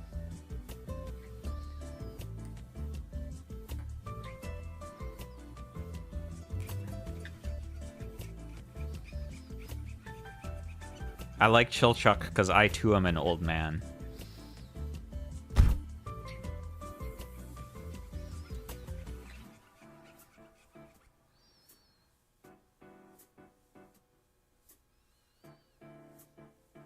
Yeah, it's nice because it's like it's not trying to make, oh, here's a character people will like a lot, and so they're gonna act like this, and people will like them a lot. It's just they're very personable. It's like, oh, that's a person, and they're nice. They don't feel produced to be likable. They feel produced to be characters, I guess, if that makes sense. Like a good fried egg, yeah.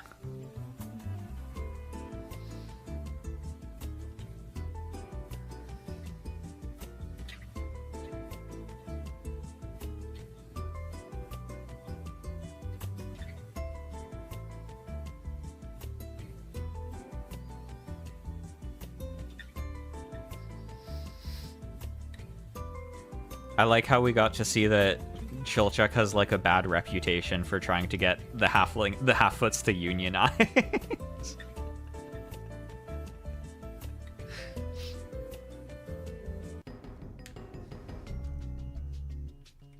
Homie just wants everyone to get good contracts.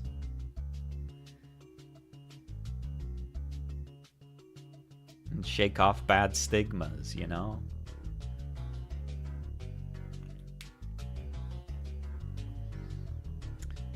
K2.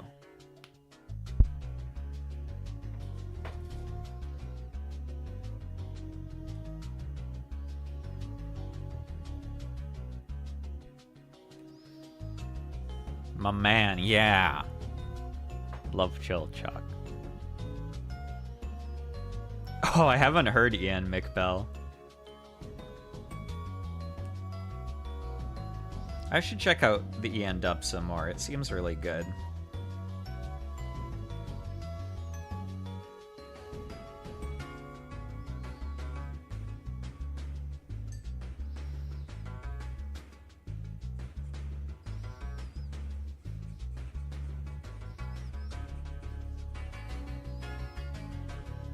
I found a really neat YouTube channel this week too, where this guy's been talking a lot about like going over each episode and kind of talking about like what animator did the cuts, kind of like their visual style, how they translated stuff from the manga, what got missed from the manga. It's good. It's like very good analysis. Yeah, Izutsumi voice is going to be very important for sure. What's this guy's channel again? I should actually like know what it's called. Hold on. I should properly plug this to my huge fan base. Hold on, let me find it. I think I subscribed to him. Oh yeah. Where they were like, where they were like, how is it going? And he's like, everything's too easy to draw. It's very boring.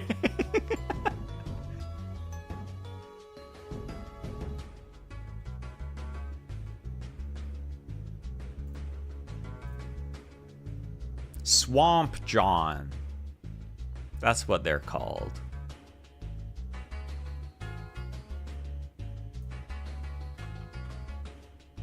Like this. I've been enjoying their Dunmeshi episode breakdowns a lot.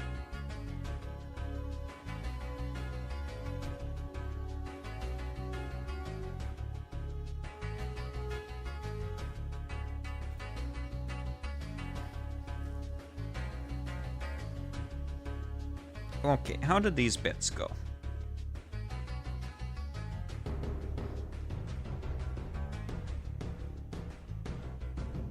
Oh, this goes like this. Interesting.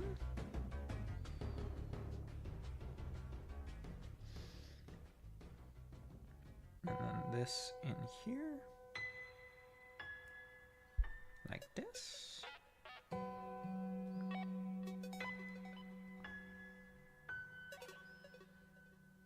Yes. Okay. Arm.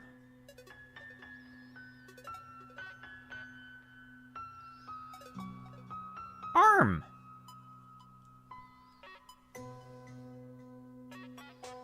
Arm.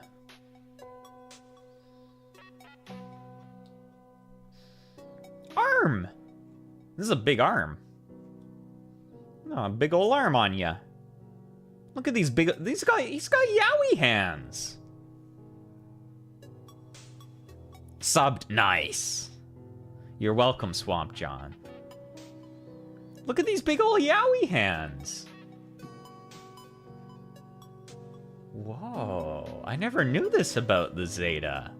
I never thought about this.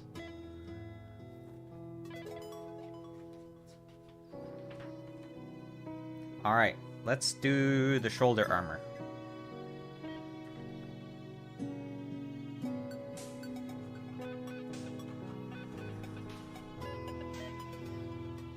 Need F2. We're gonna paint a little bit more gold up here.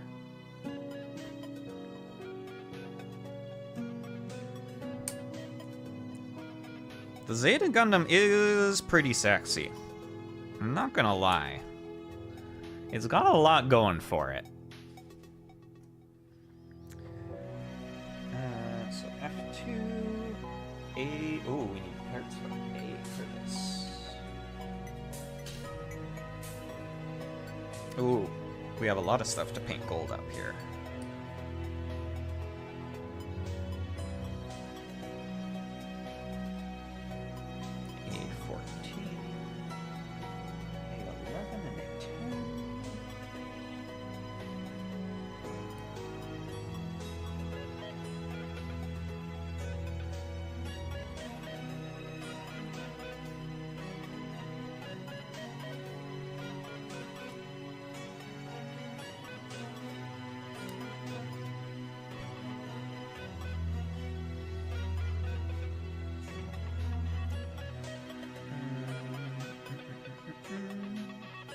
There's a bunch of pieces that are going into this.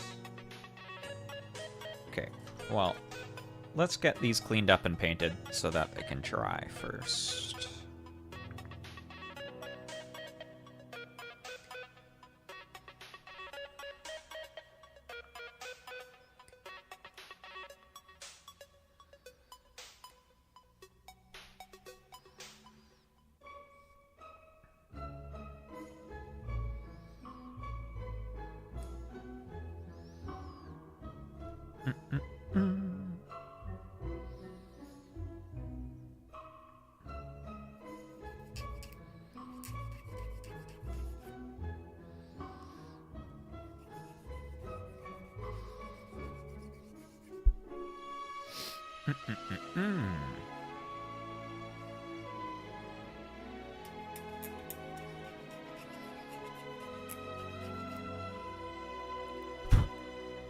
Yeah, it's kind of fun, because I remember all the stuff that happens in Dunmeshi, but I don't remember the order it happens in, especially from this point on. So I still kind of get to be surprised each week where I'm like, oh, this is happening this episode.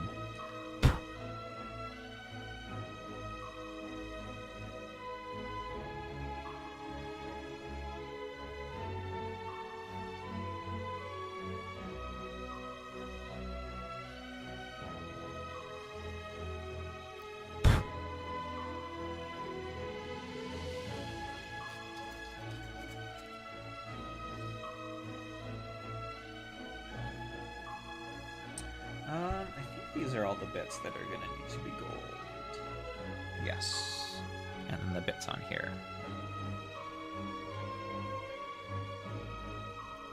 Dementia? Binge too hard, not because I have no media literacy. I think I've read it at least twice too, like over the whole thing, so that helps as well. Because I didn't get to binge it because I was reading it while it was still being written. And so I had to wait.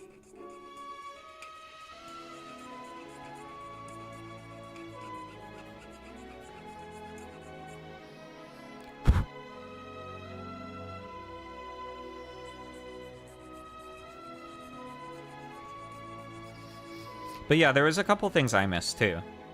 Like one interesting thing that Swamp John guy pointed out that I thought was really cool is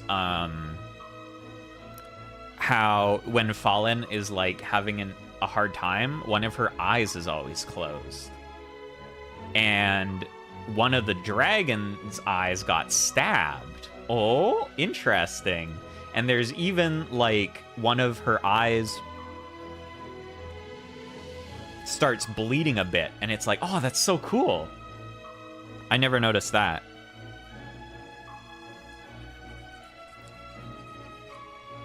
And the Yuri subtext. Well, Twitter's gonna make sure that you didn't miss that.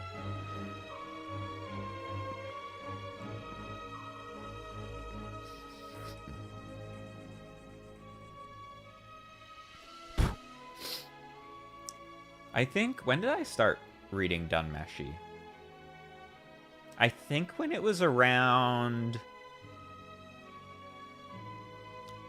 maybe a bit before they got to the Red Dragon. It was pretty early on, I think. But I don't remember exactly when.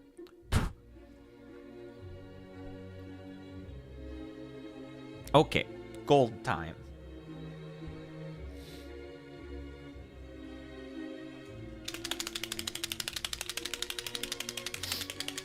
Capper's character is interesting. I can't wait for people to start misunderstanding his character on the internet.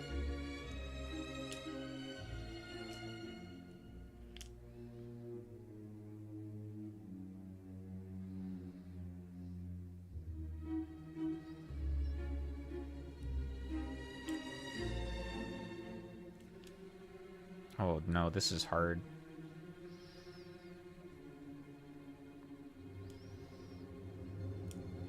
This is very difficult to paint cleanly. Well, maybe it'll just be a little messy.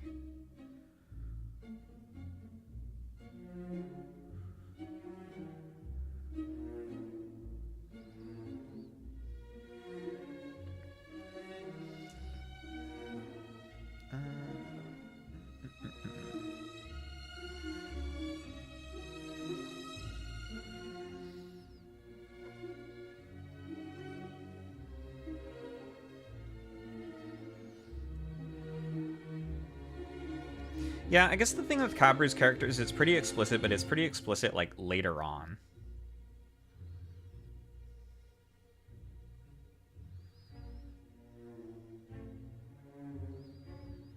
For a while, you're just like, what the fuck is this guy's deal? Why is he such a nosy bitch?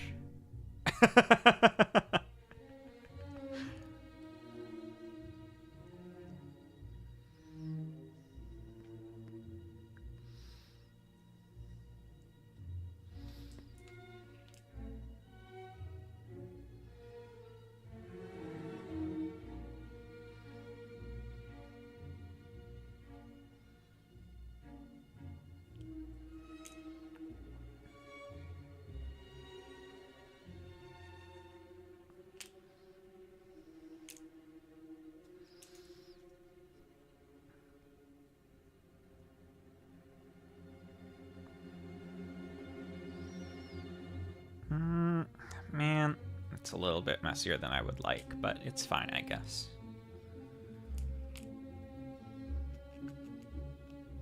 It's good enough. Not everything has to be perfect. Especially if you try to fix it more and it's just gonna make it worse.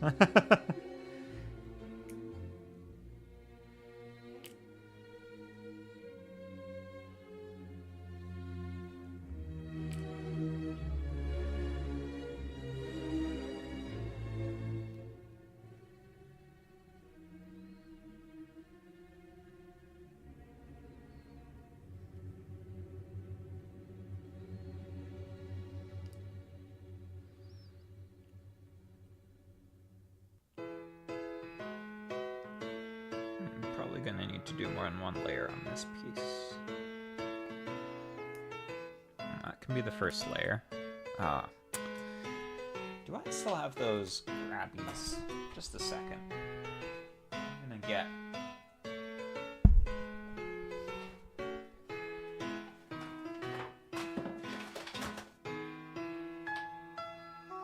get my little Vlad the Impaler setup that I use for painting.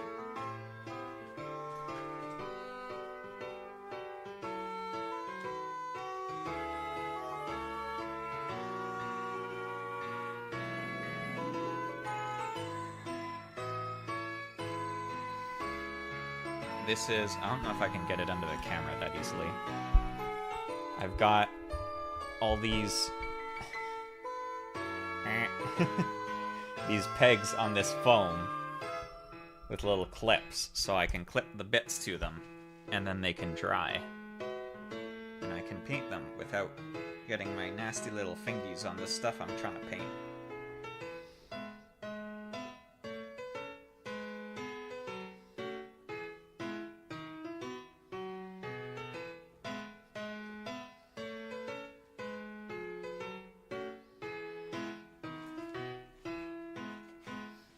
Wait.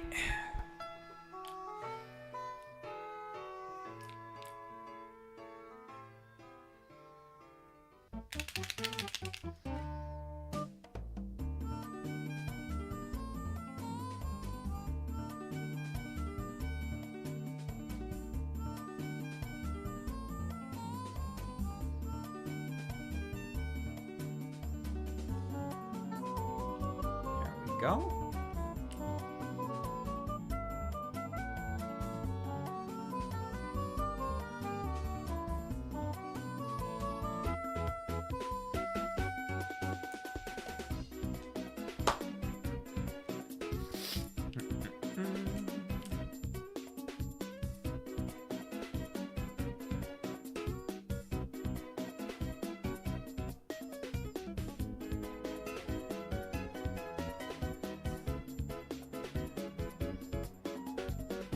I almost ended up doing a Gorilla Crosscode stream last night, but then I got sleepy.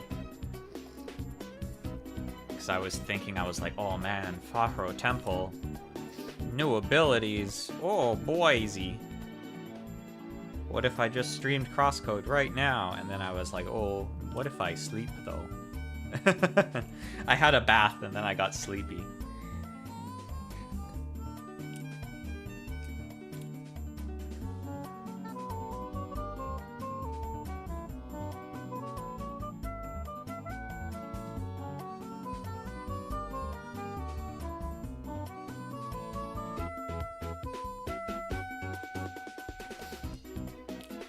Almost became Emily.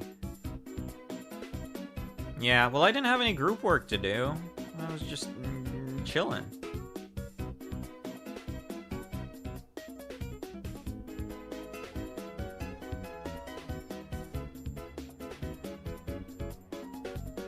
But I was also like, oh no, if I stay up late playing Crosscode and streaming it, and then I'm like, oh no, and then I want to get up for PlaMorning, oh no. I just feel like streaming non-stop. Okay, that's gold now. Let's see if maybe we can fix this up a little bit. Probably should have like masked this or something, but it's good enough. Yeah, she probably does skip sleep. She's addicted.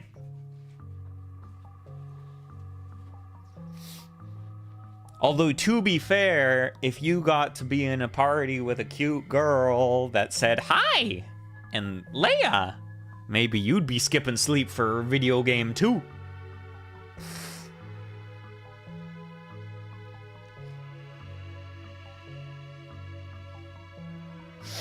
Okay. We have those bits. Let them dry. Get some of these other pieces ready. Need F5. Surely not. Very convincing.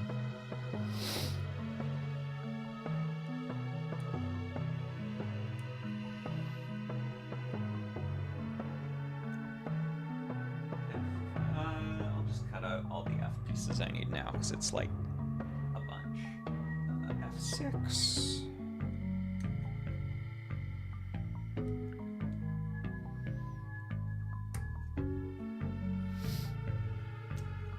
It's 12 and 11.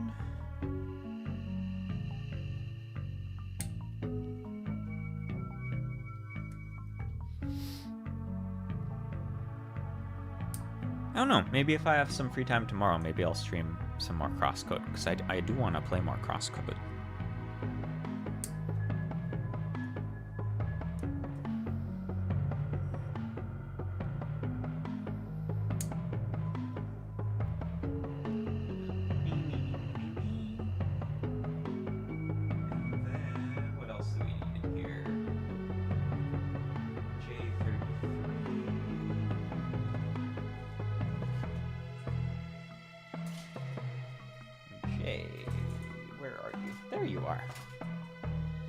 J33.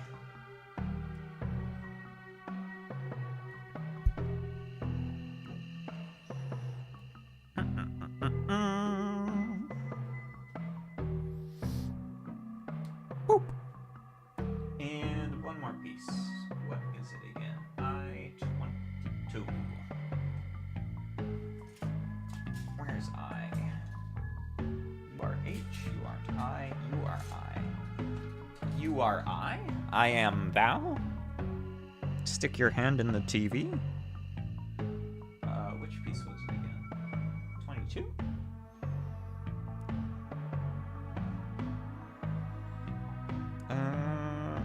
Is that the right one?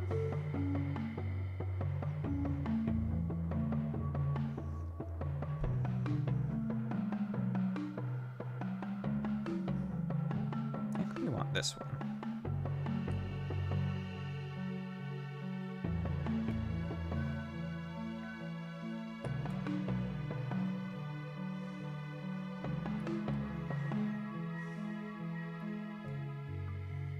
Man, I started thinking about Persona because I said I am thou.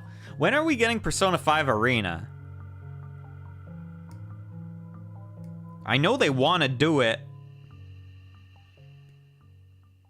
Give us the fighting game already, you cowards.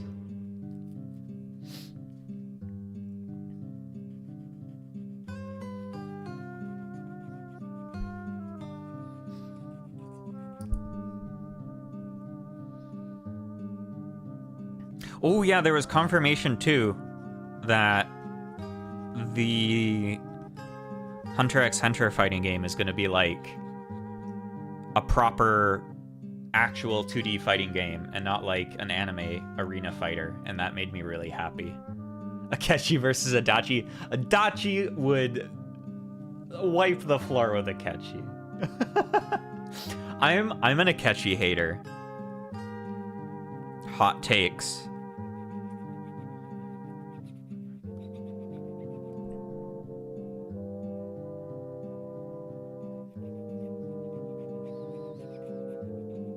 I think the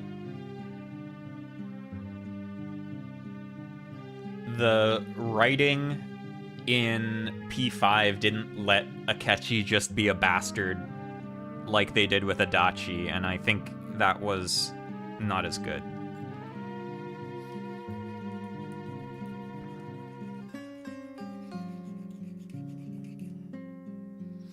It felt like it was bending over backwards to try and be sympathetic to Akechi a lot, and I was like, come on.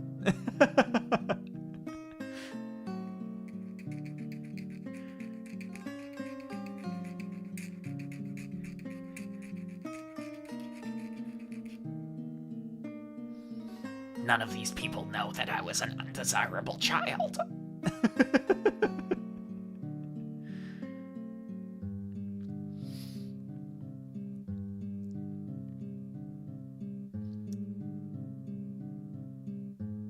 But yeah, P4 Arena and the sequel are some of my favorite fighting games, and the stories in them are really fun too.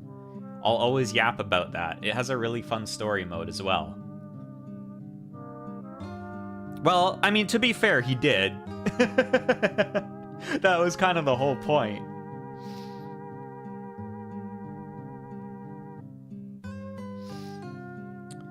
But so it would be really cool to have P5 Arena get the same treatment. And have, like, the P4 cast show up older. That would be so fun! It would be really cool!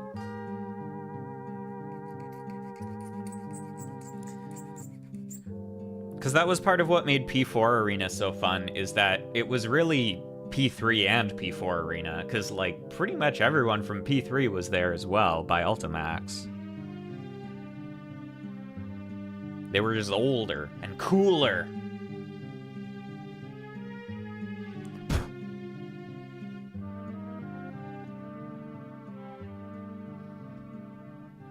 Also, there was a cool new robot girl. Let's go! It's all tying all together, everything we talk about. It's all linked. She could shoot her fist off like a rocket.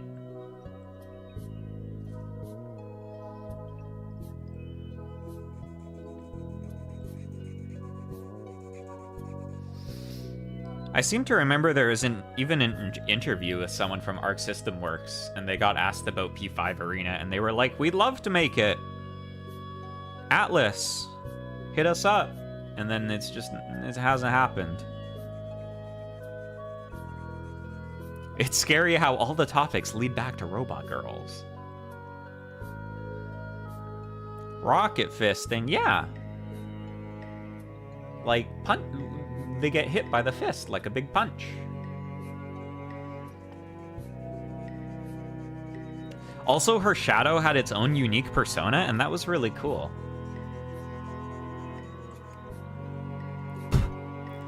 Labrys's shadow had its own persona, and it was Asterius, which is a really cool pick for a persona. It was awesome.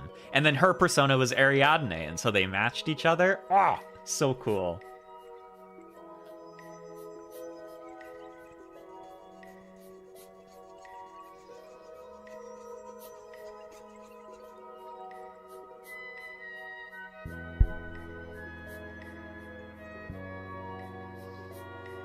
I gotta continue playing Reload, actually. I got distracted by Dragon's Dogma. Where was I in Reload? I think I'm like in the summer right now still. I don't think school has started again yet. I got back from Yakushima. We had exams. We have Igus now, very cool. I think I'm like just about to get Koromaru.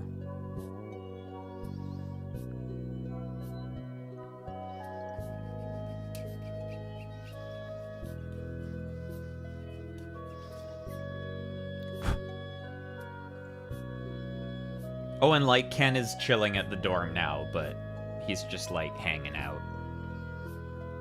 He's not doing stuff yet.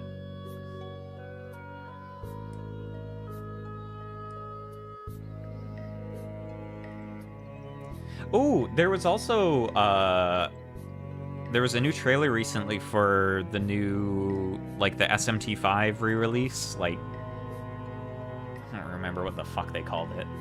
Vengeance or Apocalypse or something like that. It looks good. Maybe I'll finally finish SMT5.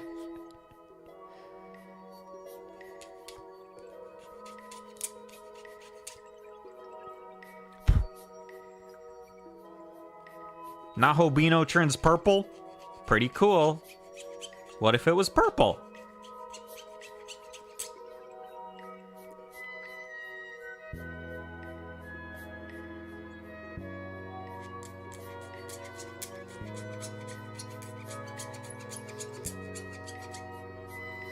I got to the point in SMT5 where there was like a dungeon-ass dungeon, and it sucked.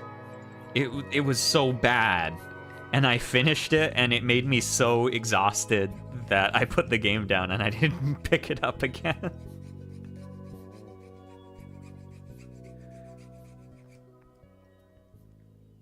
It'd also be cool if they ported some of them SMT games. I seem to remember there was... I don't know if there was like a leak or if it was something that was deleted, Maybe it was an April Fool's joke that went over poorly and then it got taken down. I saw something about them maybe re-releasing like the older Personas as well. But yeah, it would be nice to get some more ports of some of the other SMTs.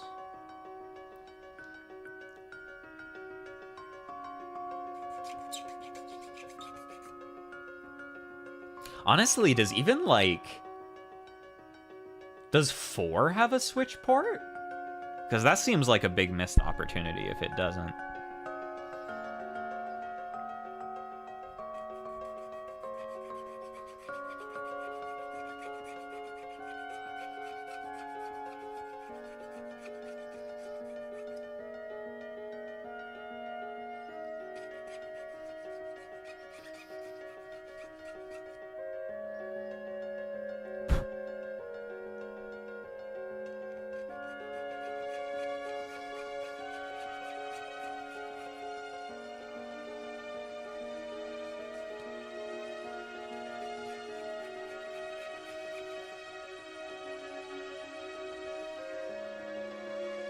The number of PC ports. I mean, at least they're starting to, like, port Persona, maybe, a little bit.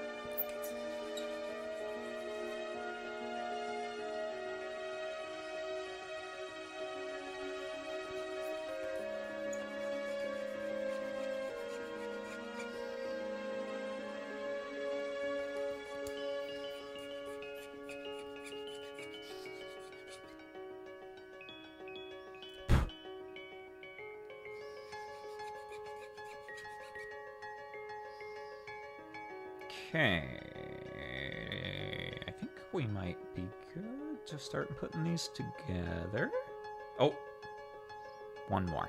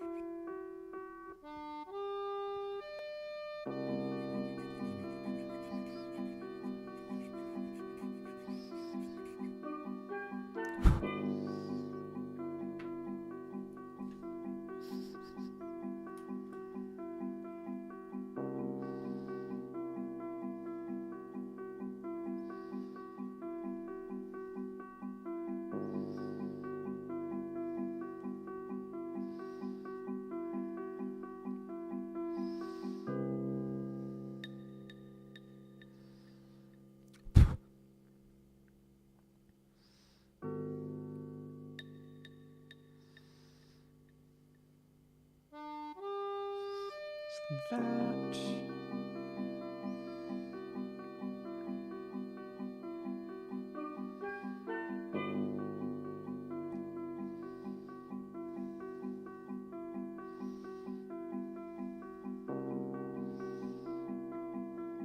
And this.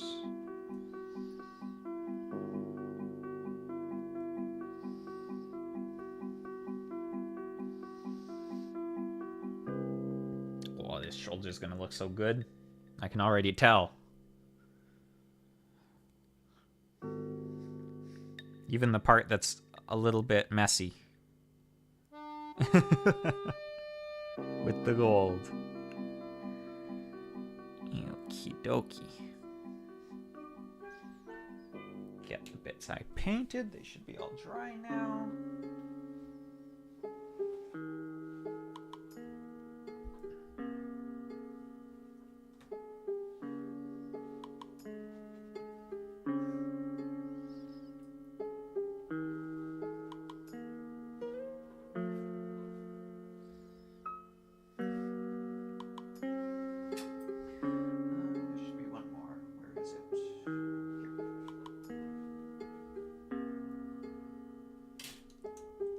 Alright, shoulder, assembly time, go!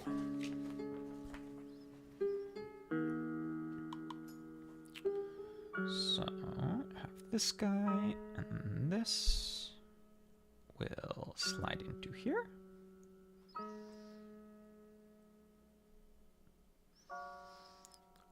Oh, very shiny.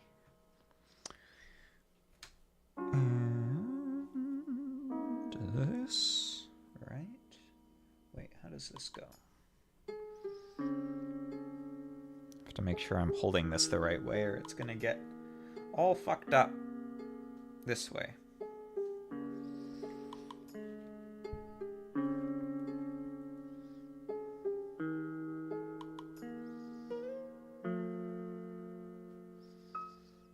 Is that right? Yes.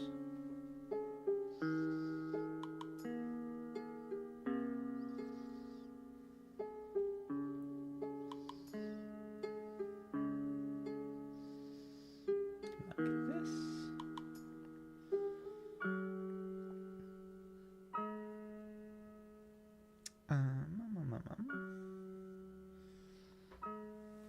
Wait. So confusing.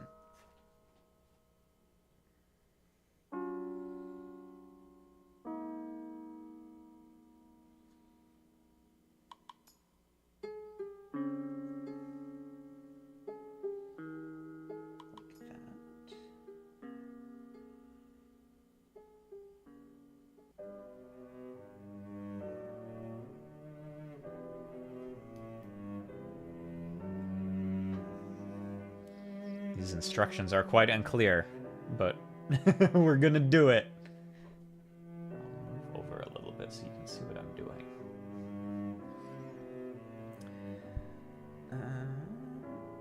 Okay, so we've got this.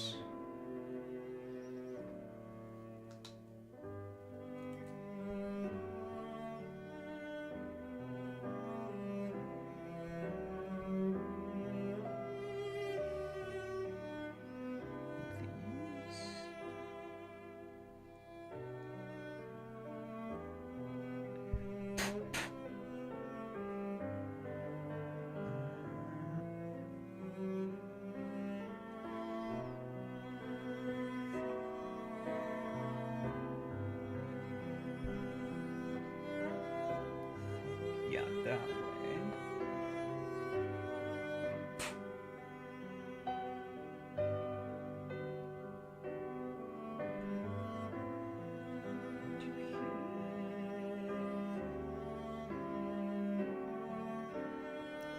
These instructions can't be good for the war effort. Yeah, thankfully, I mean, they only built one of these. So I guess that is why.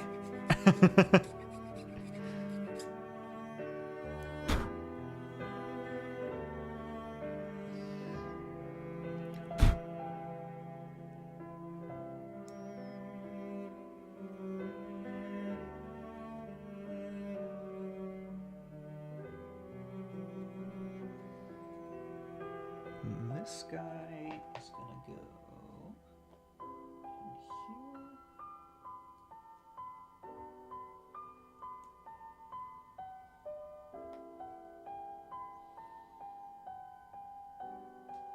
And then this is gonna go in down here. Okay, okay, okay, we're cooking. We're cooking.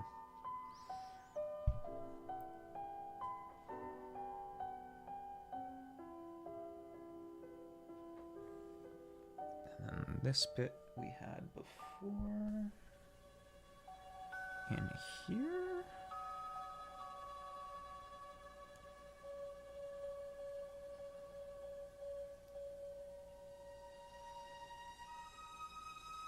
Like that?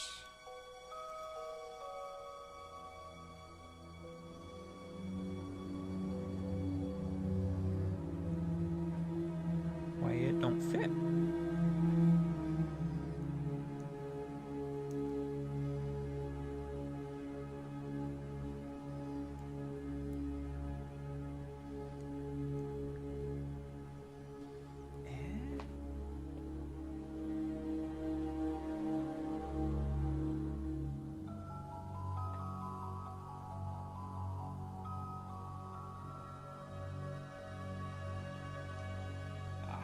Yes, yes, yes. Okay, there.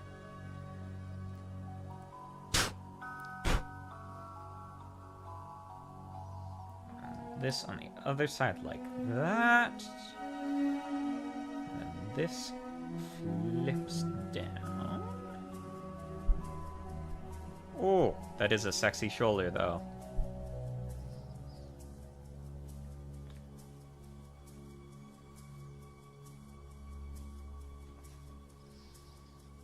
Get that bad boy on here.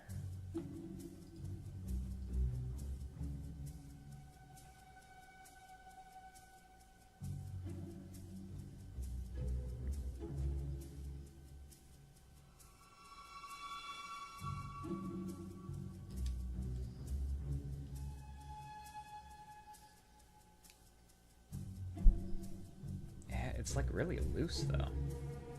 Shouldn't be that loose, right?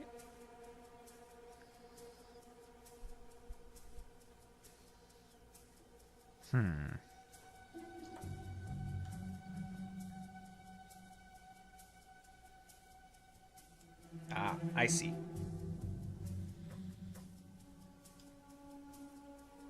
I think.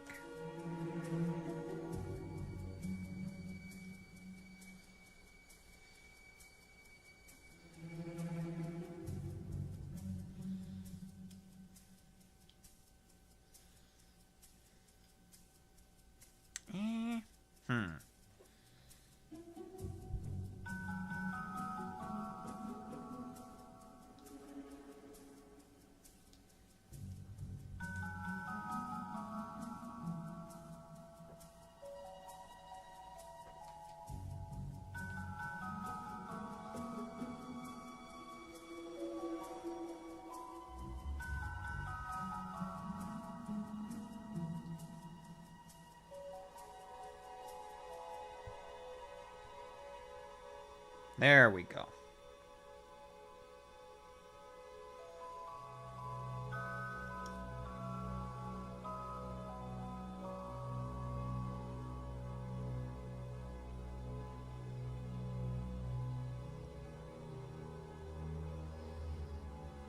There we go.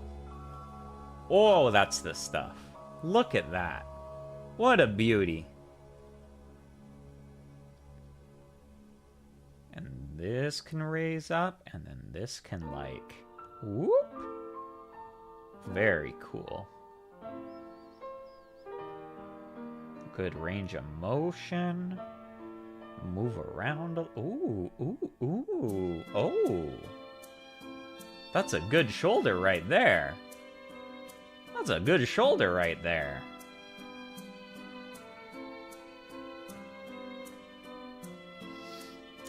So,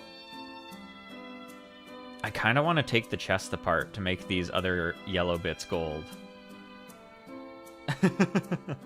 Maybe I'll do that later. I might do that off stream. Because now that I'm doing all the yellow gold, I kind of want to make it uniform across the whole thing.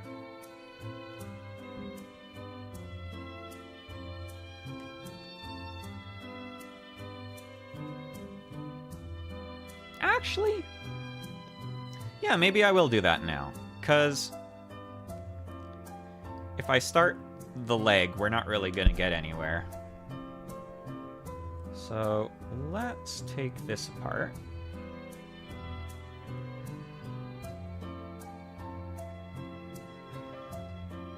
Put some gold in here.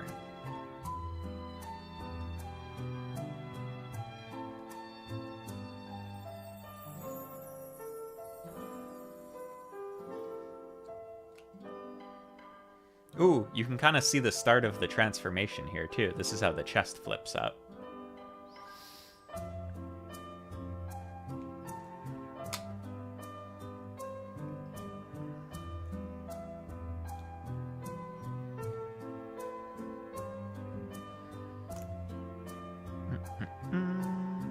So I think these can come off, so I can get those.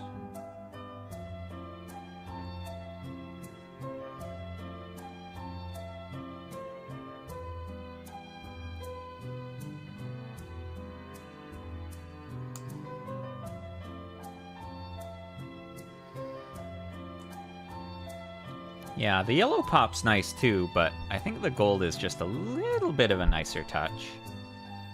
And that way we don't have to use all these yellow stickers either for some of the parts that aren't on the plastic. Now the real question is, can I get the piece for the chest out here?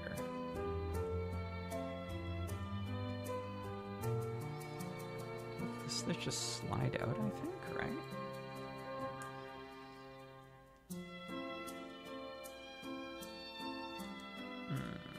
This might be trickier to get.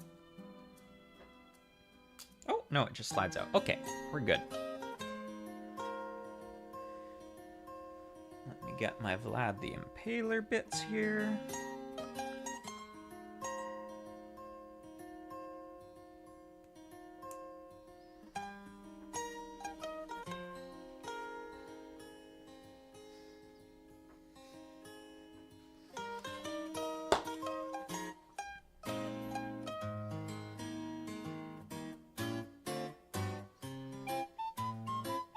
Just imagine someone who really likes the Zeta Gundam opening this stream right now and being like, oh, that's gore of my comfort character. Oh no, I dropped a piece.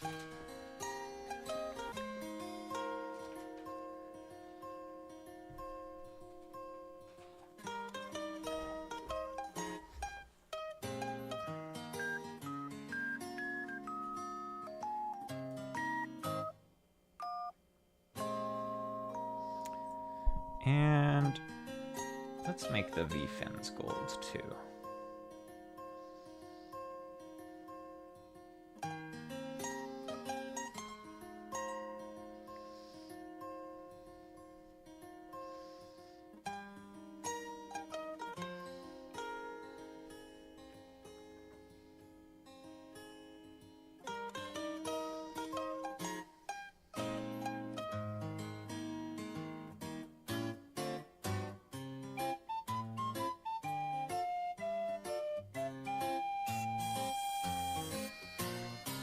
It's actually nice because of all the transforming bits. It's pretty easy to take apart to do this.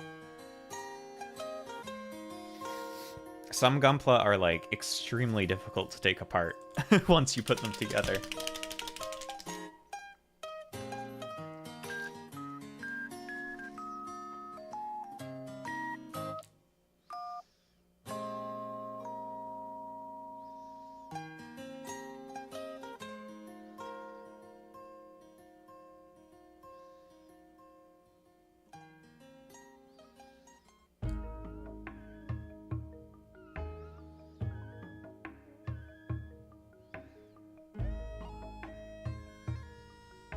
The tricky part for these vents is painting the inside of them,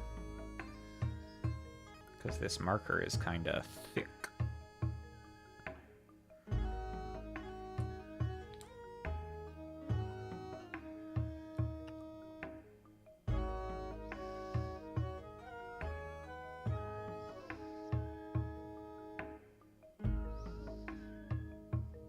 Well, maybe they can just be yellow inside.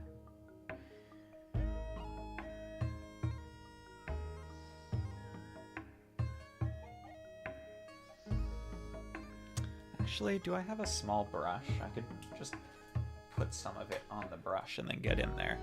Hold on, let me go see.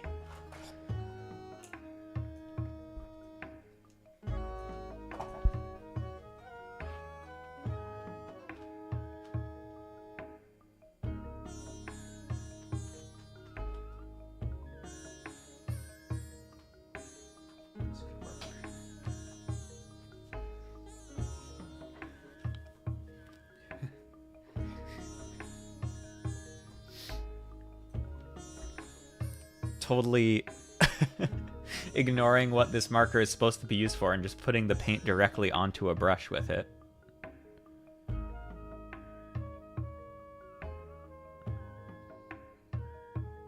And then we should be able to get in there. Oh, where did I put that?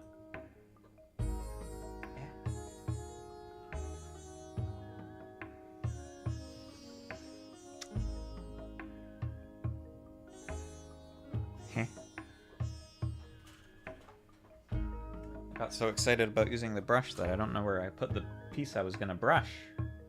Ah! Well, I'll do the other one for now, so this doesn't dry too much.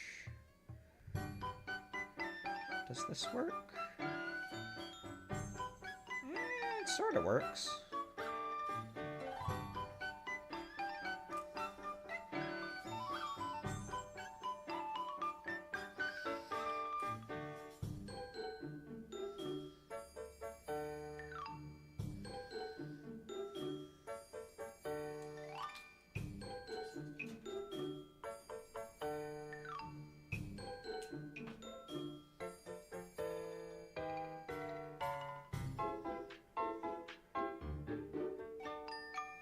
There we go.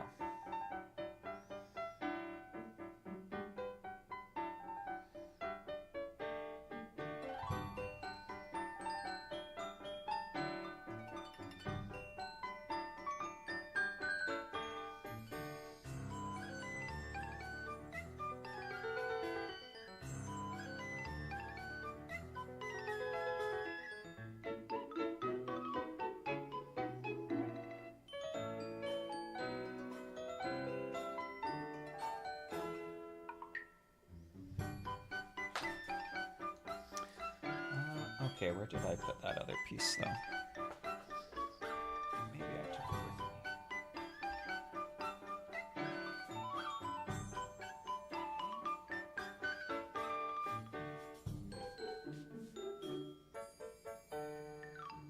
Feces, did you see where I put it?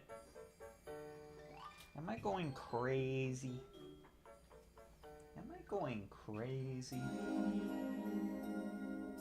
Ah, here it is.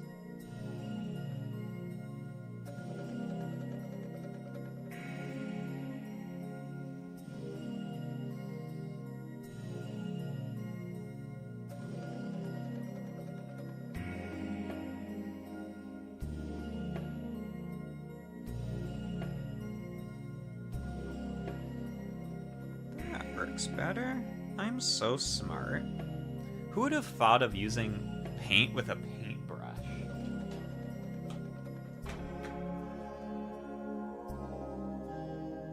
Okay, I should wash this off though so it doesn't get stuck on it.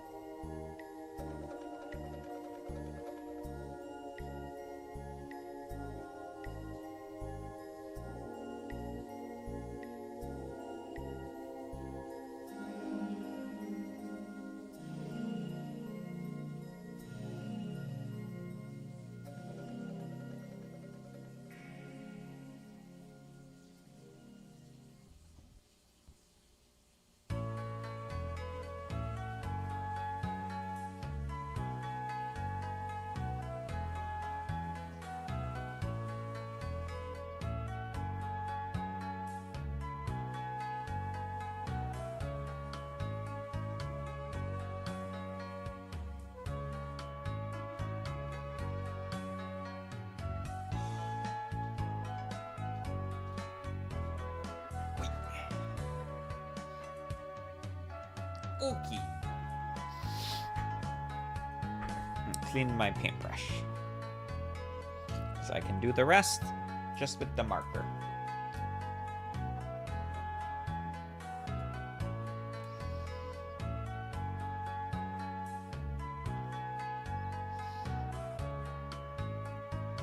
Honestly, normally I'd probably do pieces like this with like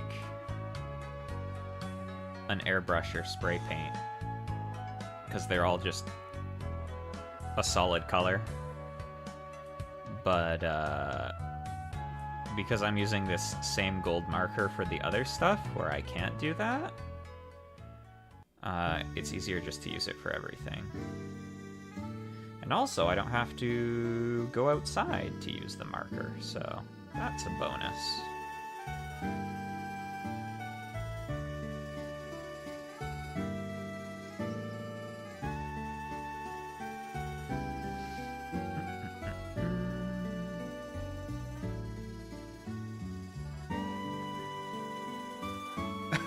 I brought out the brush. Yeah, so here, I'll show you.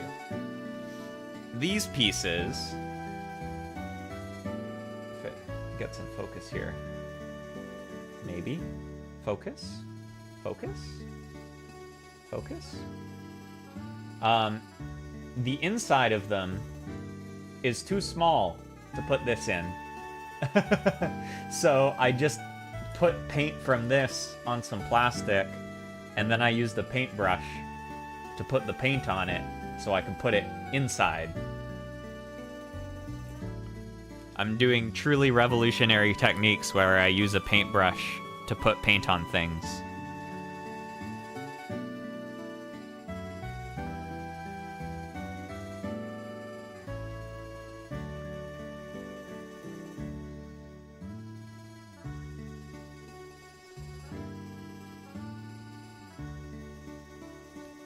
But yeah, normally pieces like these I like using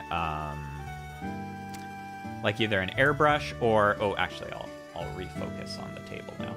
Or they sell like shaker cans with paint for Gunpla that are really useful. And so if I want a bunch of pieces to be gold, I'll just cut out all the pieces and prep them all, and then just do them all at once, you know? But for these, it's a little bit tricky because there's other details I'm gonna have to do that I'm gonna want to use this pen for. And I want it to all be the same gold. So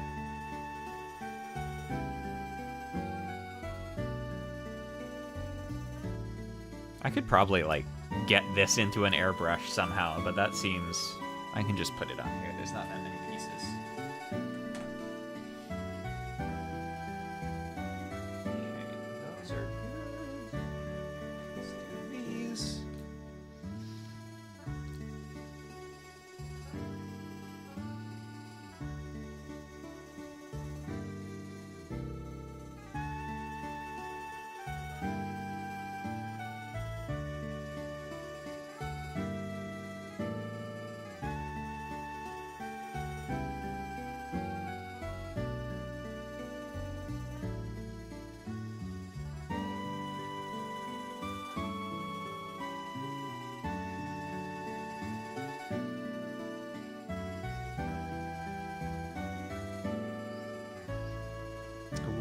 These V-fins are going to look really nice in gold, I think.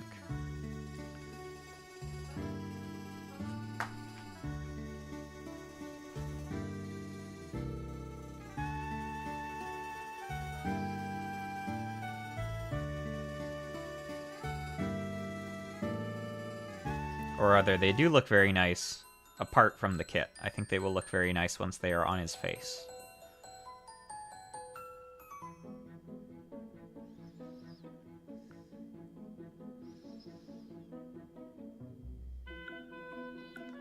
I love metallic colors.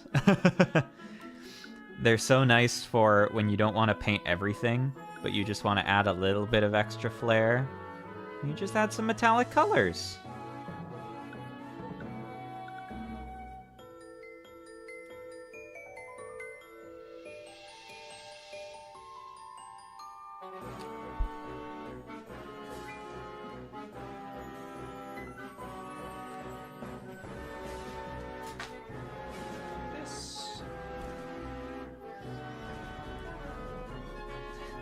The innate desire for blingy shiny, yes.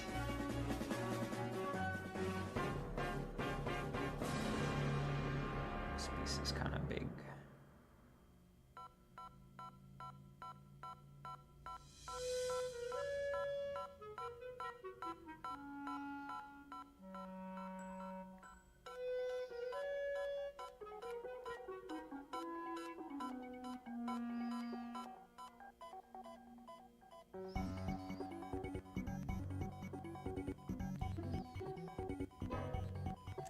Definitely when I do end up doing the heavy arms, I also want to do like all the little gatlings and stuff inside it in like either silver or maybe like kind of a muted silver, like more of a gunmetal. I think that would look really good, because then when it opens up, it's all shiny in there.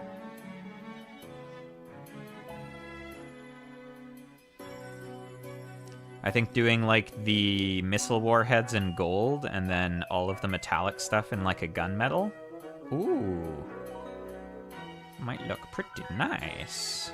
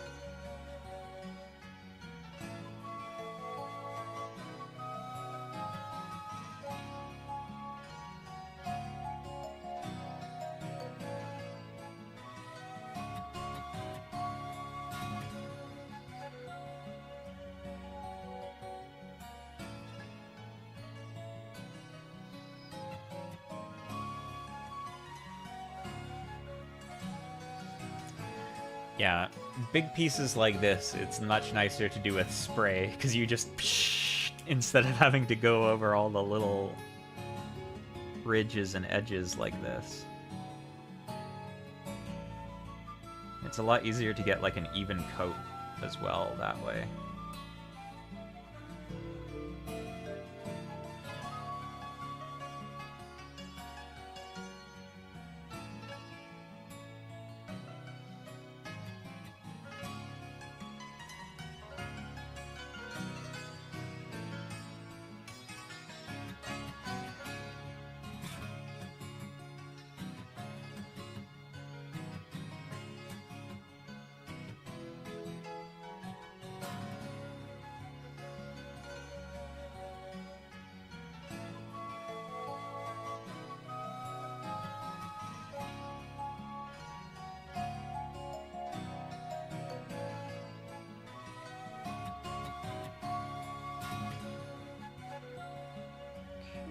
That's pretty good.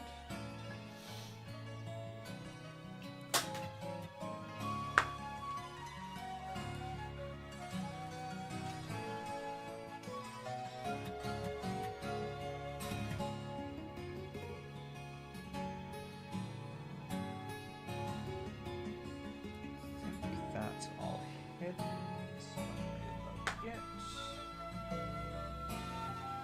Just the back of this guy, I think, needs a little more.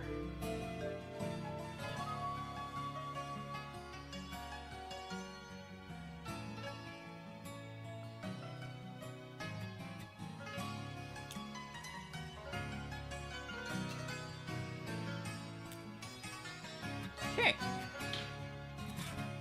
Need to let those dry a little bit.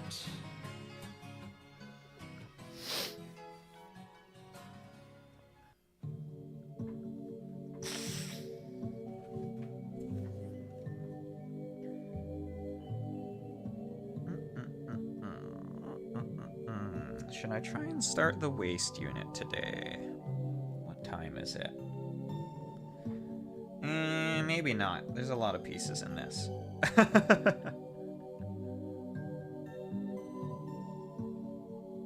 think I'll just let these bits dry and then get this stuff back together.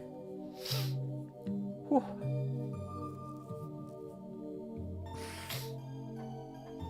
How are these doing? Are you dry? Yes.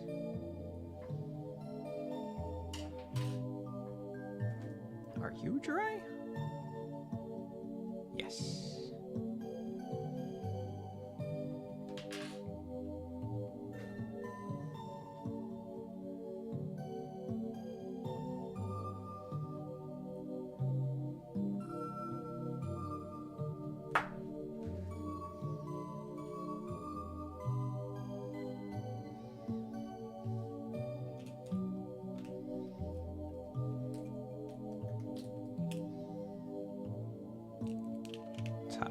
these up a little bit. I don't think this is very visible, but just in case.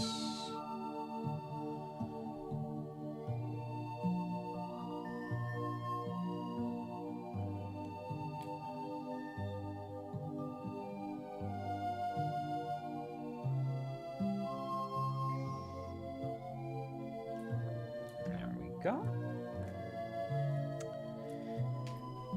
Now put this back together.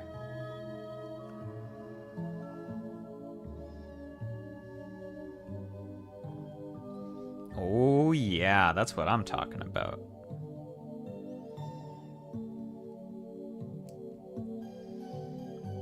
And then these are underneath. Like this.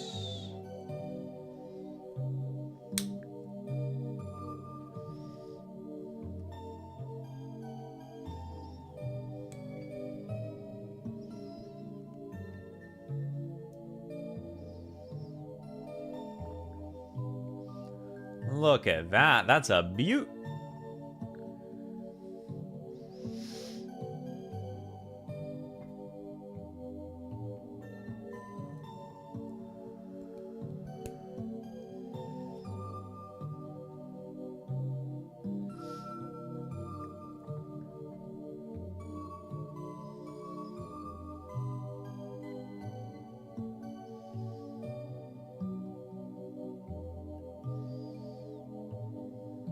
Wait, how did this go on the head again?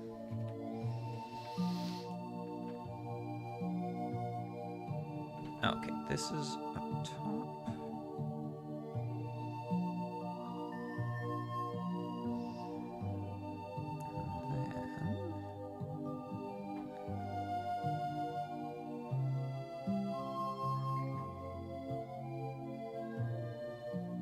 And then these are in here.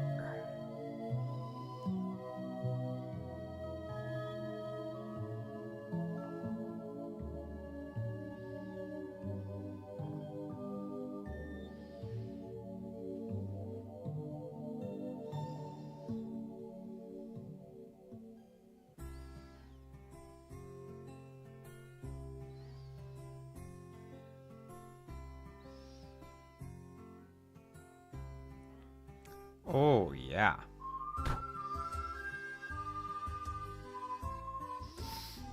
And are you dry? You're probably going to take longer to dry. I think it's good enough.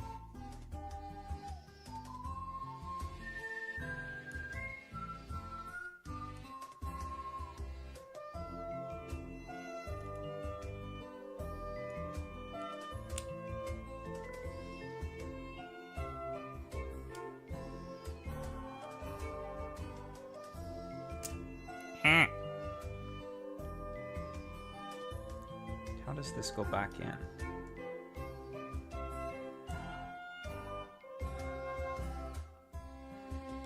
Ah, like this.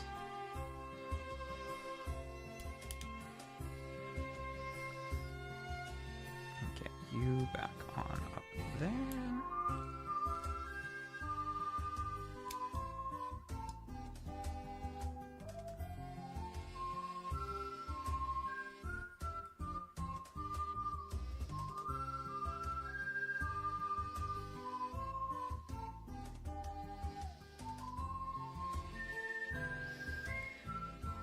You back on here. Oh, right, these kind of clip.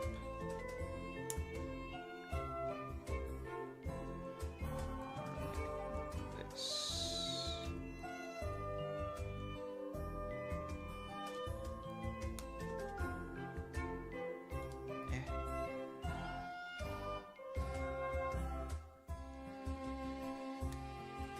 I was talking about how easy it was to take apart, but it's annoying to get back together.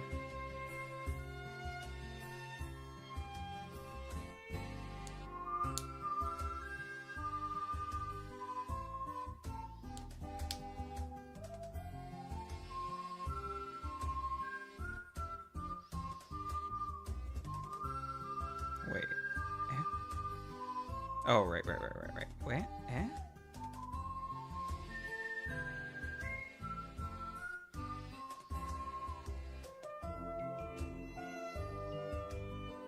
Ah, I see.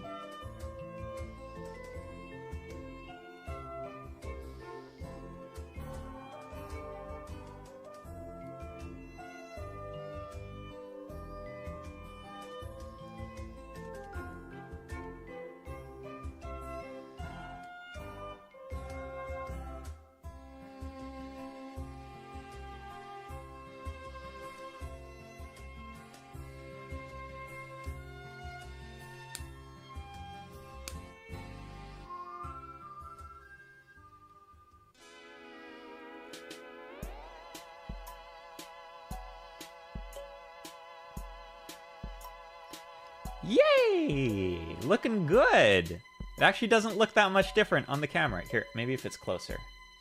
Ooh, shiny.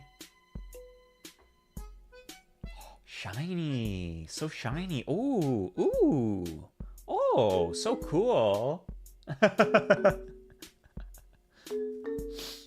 Very nice. There we go. I think probably I will finish up here for today, because the next piece I want to do is the waist, and it's gonna take a hot minute. And I don't want to like half do it. So I think we'll finish up here, and then we will commence on the waist next time. Looks more like an expensive car, yeah. It's all blinged out. There's another mobile suit. Here, let me show it to you. There's another mobile suit in Zeta Gundam that's all gold. Does the waist have all the complicated bits? It's not super complicated, but it just has like a bunch of little thrusters in it. So it's gonna take a while.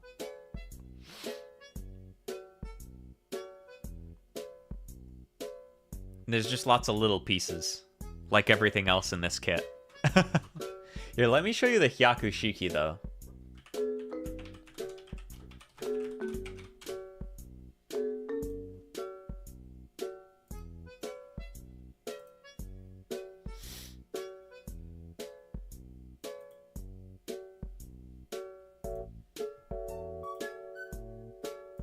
Save image us. Ah, that's a fucking WebP.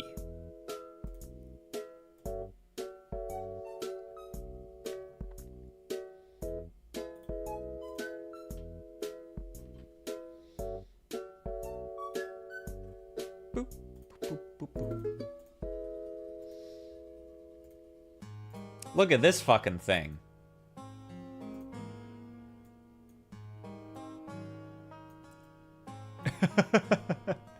This is from the same series. It's all gold. And of course this is Char's mobile suit, because he's got to be extra like that.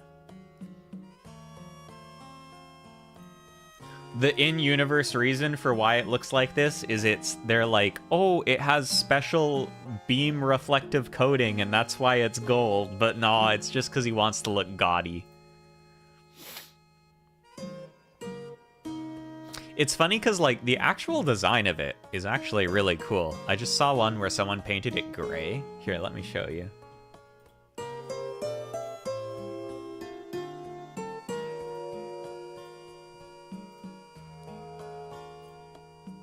Like, it's actually a very cool design, but it's, like, so gaudy. Like, look at it all in, like, normal colors. It's a very cool design. I really like the, like, exposed parts in the legs here.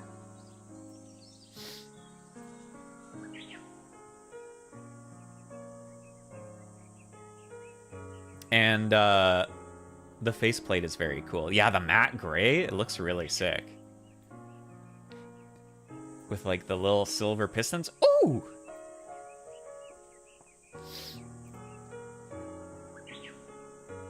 But yeah, for today, we're gonna finish up. Thank you for PlaMorning with me. I I will take a picture of this guy and put it on Twitter so you can see how nice the gold is. It's nice. It looks really good. But for now, I'm going to say bye-bye, Keen. Woo!